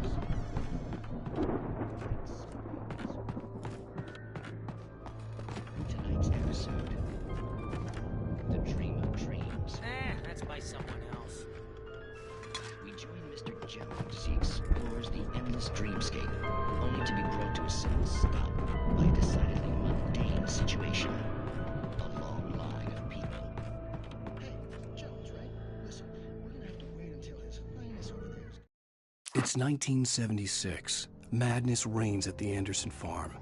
Contrary to all logic, the headiest ingredient of their moonshine is unfiltered water from Cauldron Lake.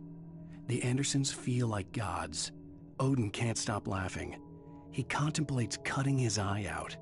Tor runs across the field, naked, shrieking, hammer in his hand, trying to catch lightning. Their songs have power.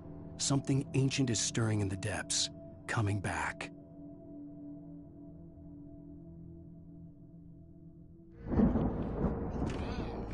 The Viking boat looked imposing, almost like a battering ram. He dreams everything. All of this. Wait, no. I'm the one who's dreaming. I'm asleep. Isn't this my dream?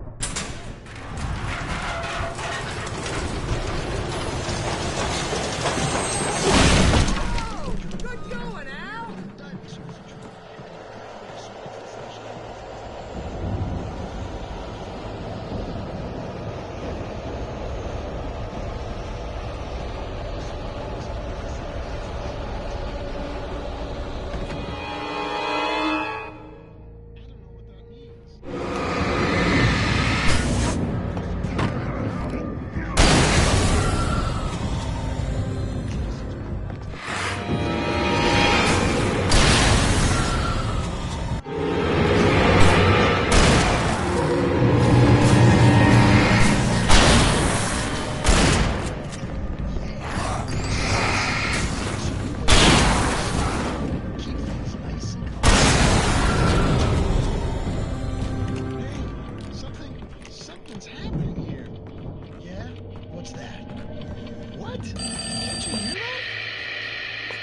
God help us, it's an alarm clock. Oh, it's you, isn't it? Please, man, I got a wife and kids. Please don't wait. Lighting up the rooms is hard work. I think we can make it through here!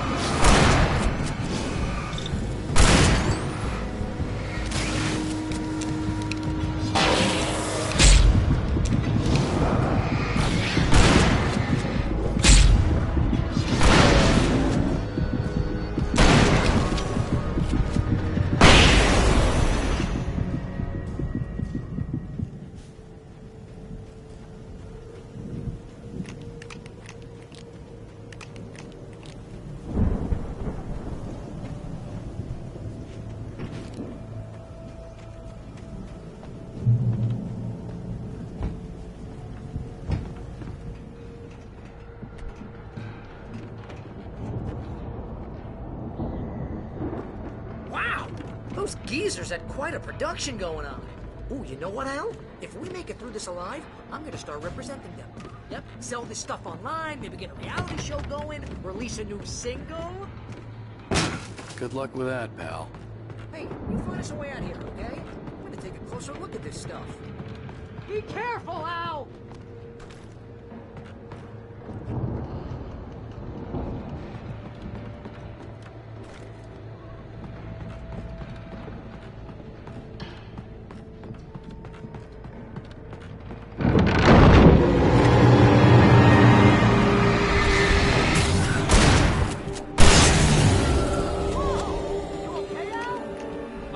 Keep your eyes open, okay?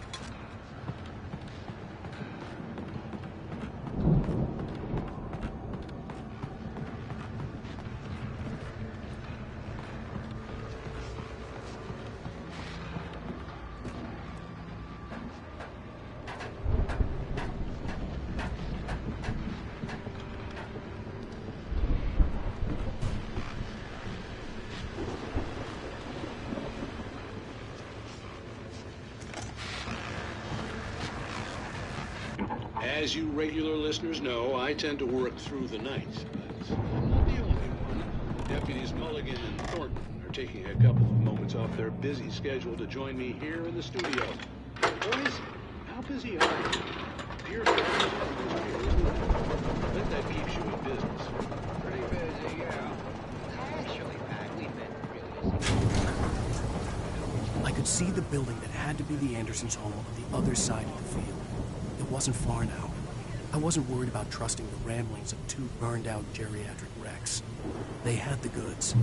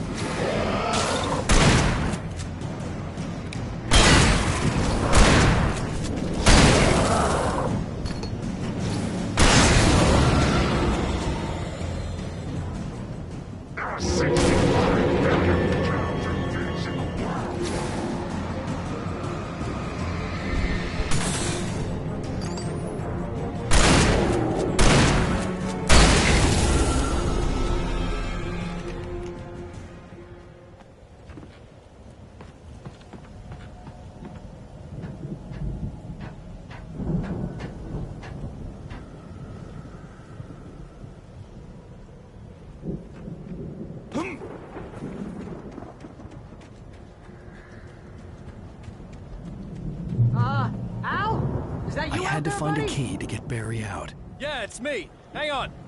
I'll try to find a key to get the door open.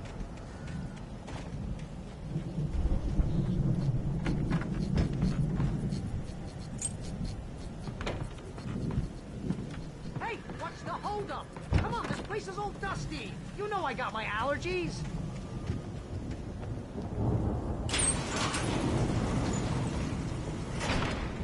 Hey, let's go, man.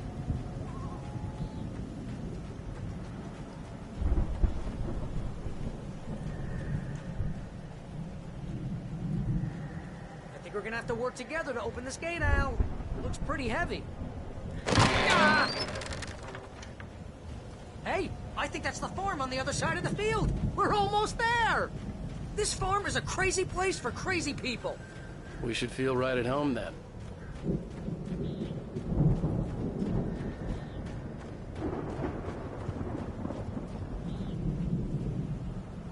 Come on, one more gate. Let's do this thing. The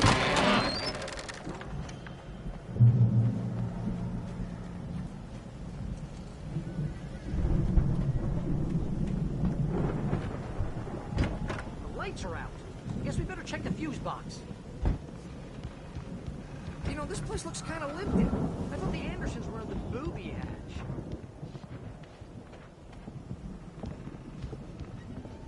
Yeah.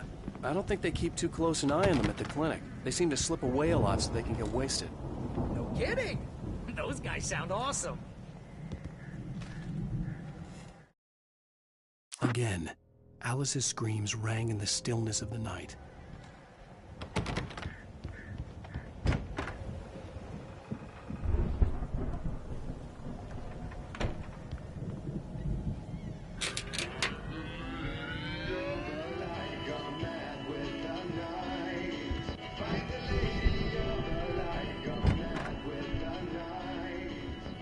Can you hear that, Al? Music? Of course. We need to find where it's coming from. That's the message the Andersons talked about. That's the whole reason we're here. Lady of the Light? Oh, that's gotta be... What's-her-face? The crazy lamp lady from the town. Cynthia Weaver. Right! Must be.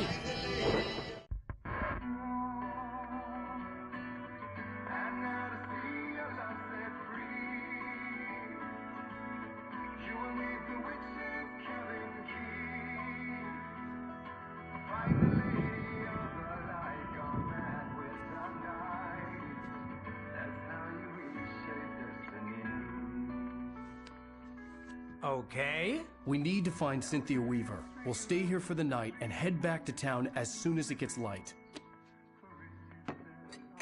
Hey, Al. Lots of hours before dawn. Might as well get some rest. And by rest, I mean drunk. Come on, Barry, this is... Yeah, what the hell?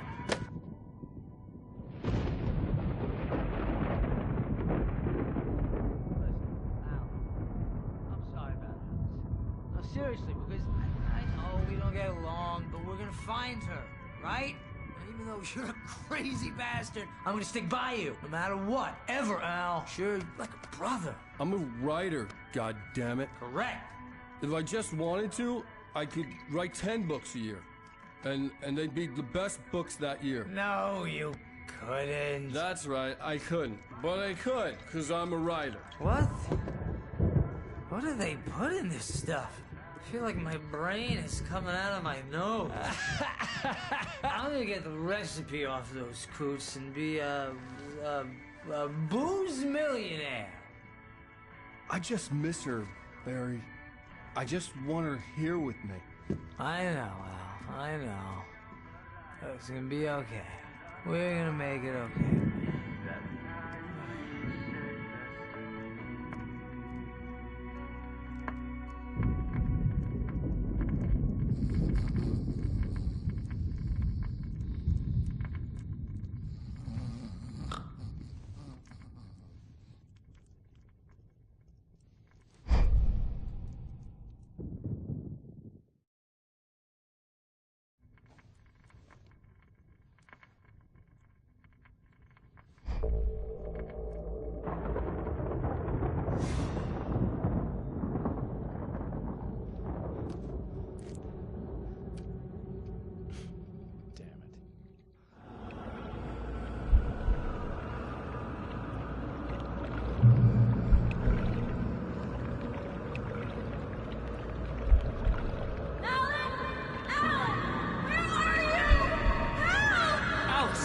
coming.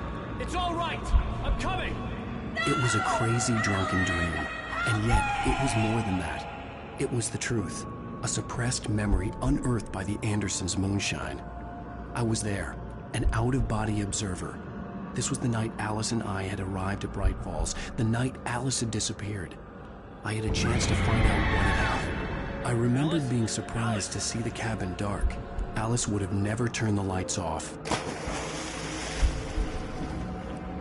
I remembered thinking I caught a glimpse of her form underwater, sinking into the darkness. Diving after her was the last vague memory I had of that night. After that, the next thing I could remember was waking up behind the wheel of the crashed car and finding the first pages of the manuscript. Beyond this lost memory, there was nothing. I had to follow the footsteps of my past self to find out what had happened that night. I couldn't find her in all that blackness. I must have thought she drowned.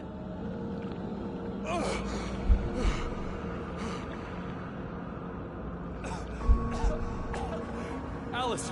Jagger had Alice, and so she had me. Alice!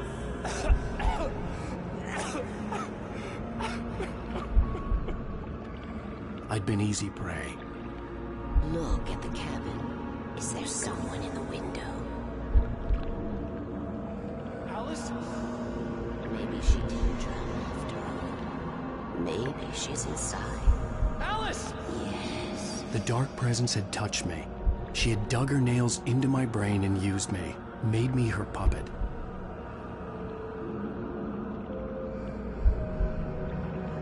She must be here somewhere. Maybe upstairs in the study. Alice! Yes, that's where she is. You can apologize. Alice! You laugh at the whole thing together and put it Alice? behind you. She's not here. You were foolish to think so. No, she's dead. She drowned. No, no, no! It's your fault your wife is dead. You are guilty. All she wanted was to help you right. You killed her. Oh, hush. There's still hope. Cauldron Lake is a special place. Here, you have the power to change things. She wanted you to write. I will tell you what to do.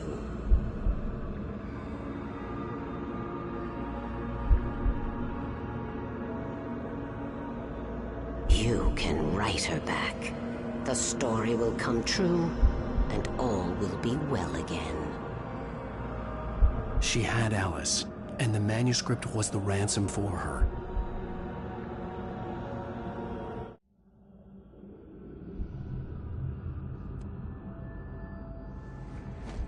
Yes. All right. I'll fix it. I'll bring her back.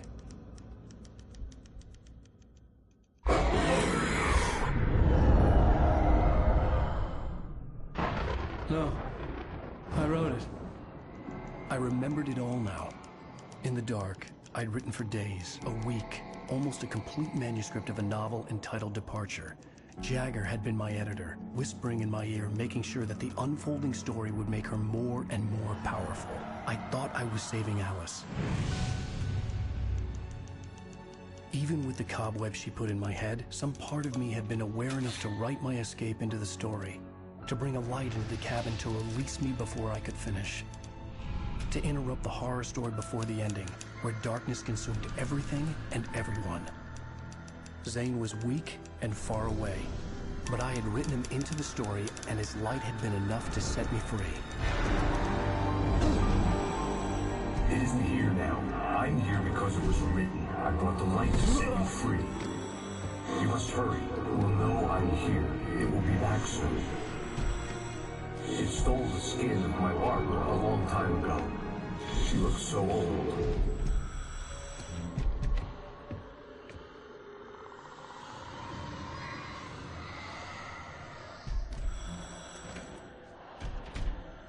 I had woken up, confused and groggy, my mind consumed by darkness and fear. All I could do was to escape.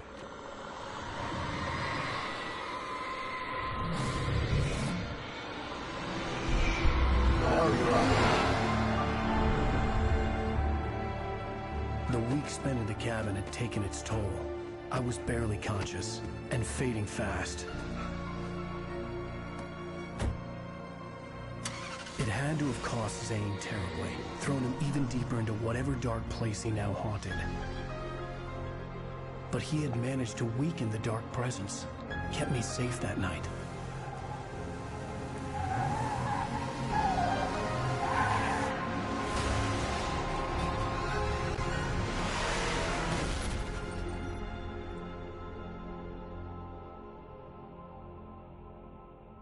I wrote it. It's my fault. That's right, James Joyce. It's your fault, and you're gonna pay for it.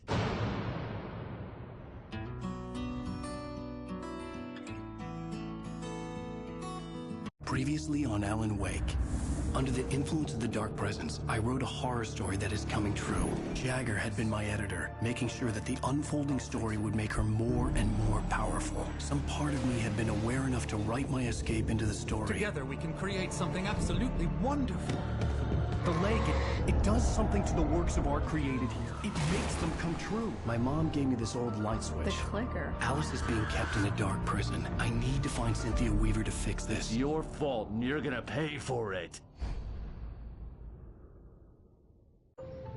Well, we're expecting a record crowd from the neighboring counties. Naturally, we hope to break the record set by last year's Moose Fest in our neighboring town, Watery. Ladies and gentlemen, some people have asked me, what's the big deal about Deer Fest? And I think that this sums it up. It's about friendship and community. We've got a great party coming up, but let's try to hold it in until tomorrow and get through the night in one piece, all right? I have it. Someone will come for it when the time is right. Thomas said so. He wrote it. The key is insurance. It's my job to keep it safe. Safe in the light. Always in the light.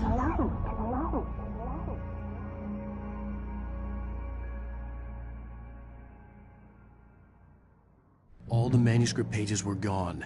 The FBI agent had taken them.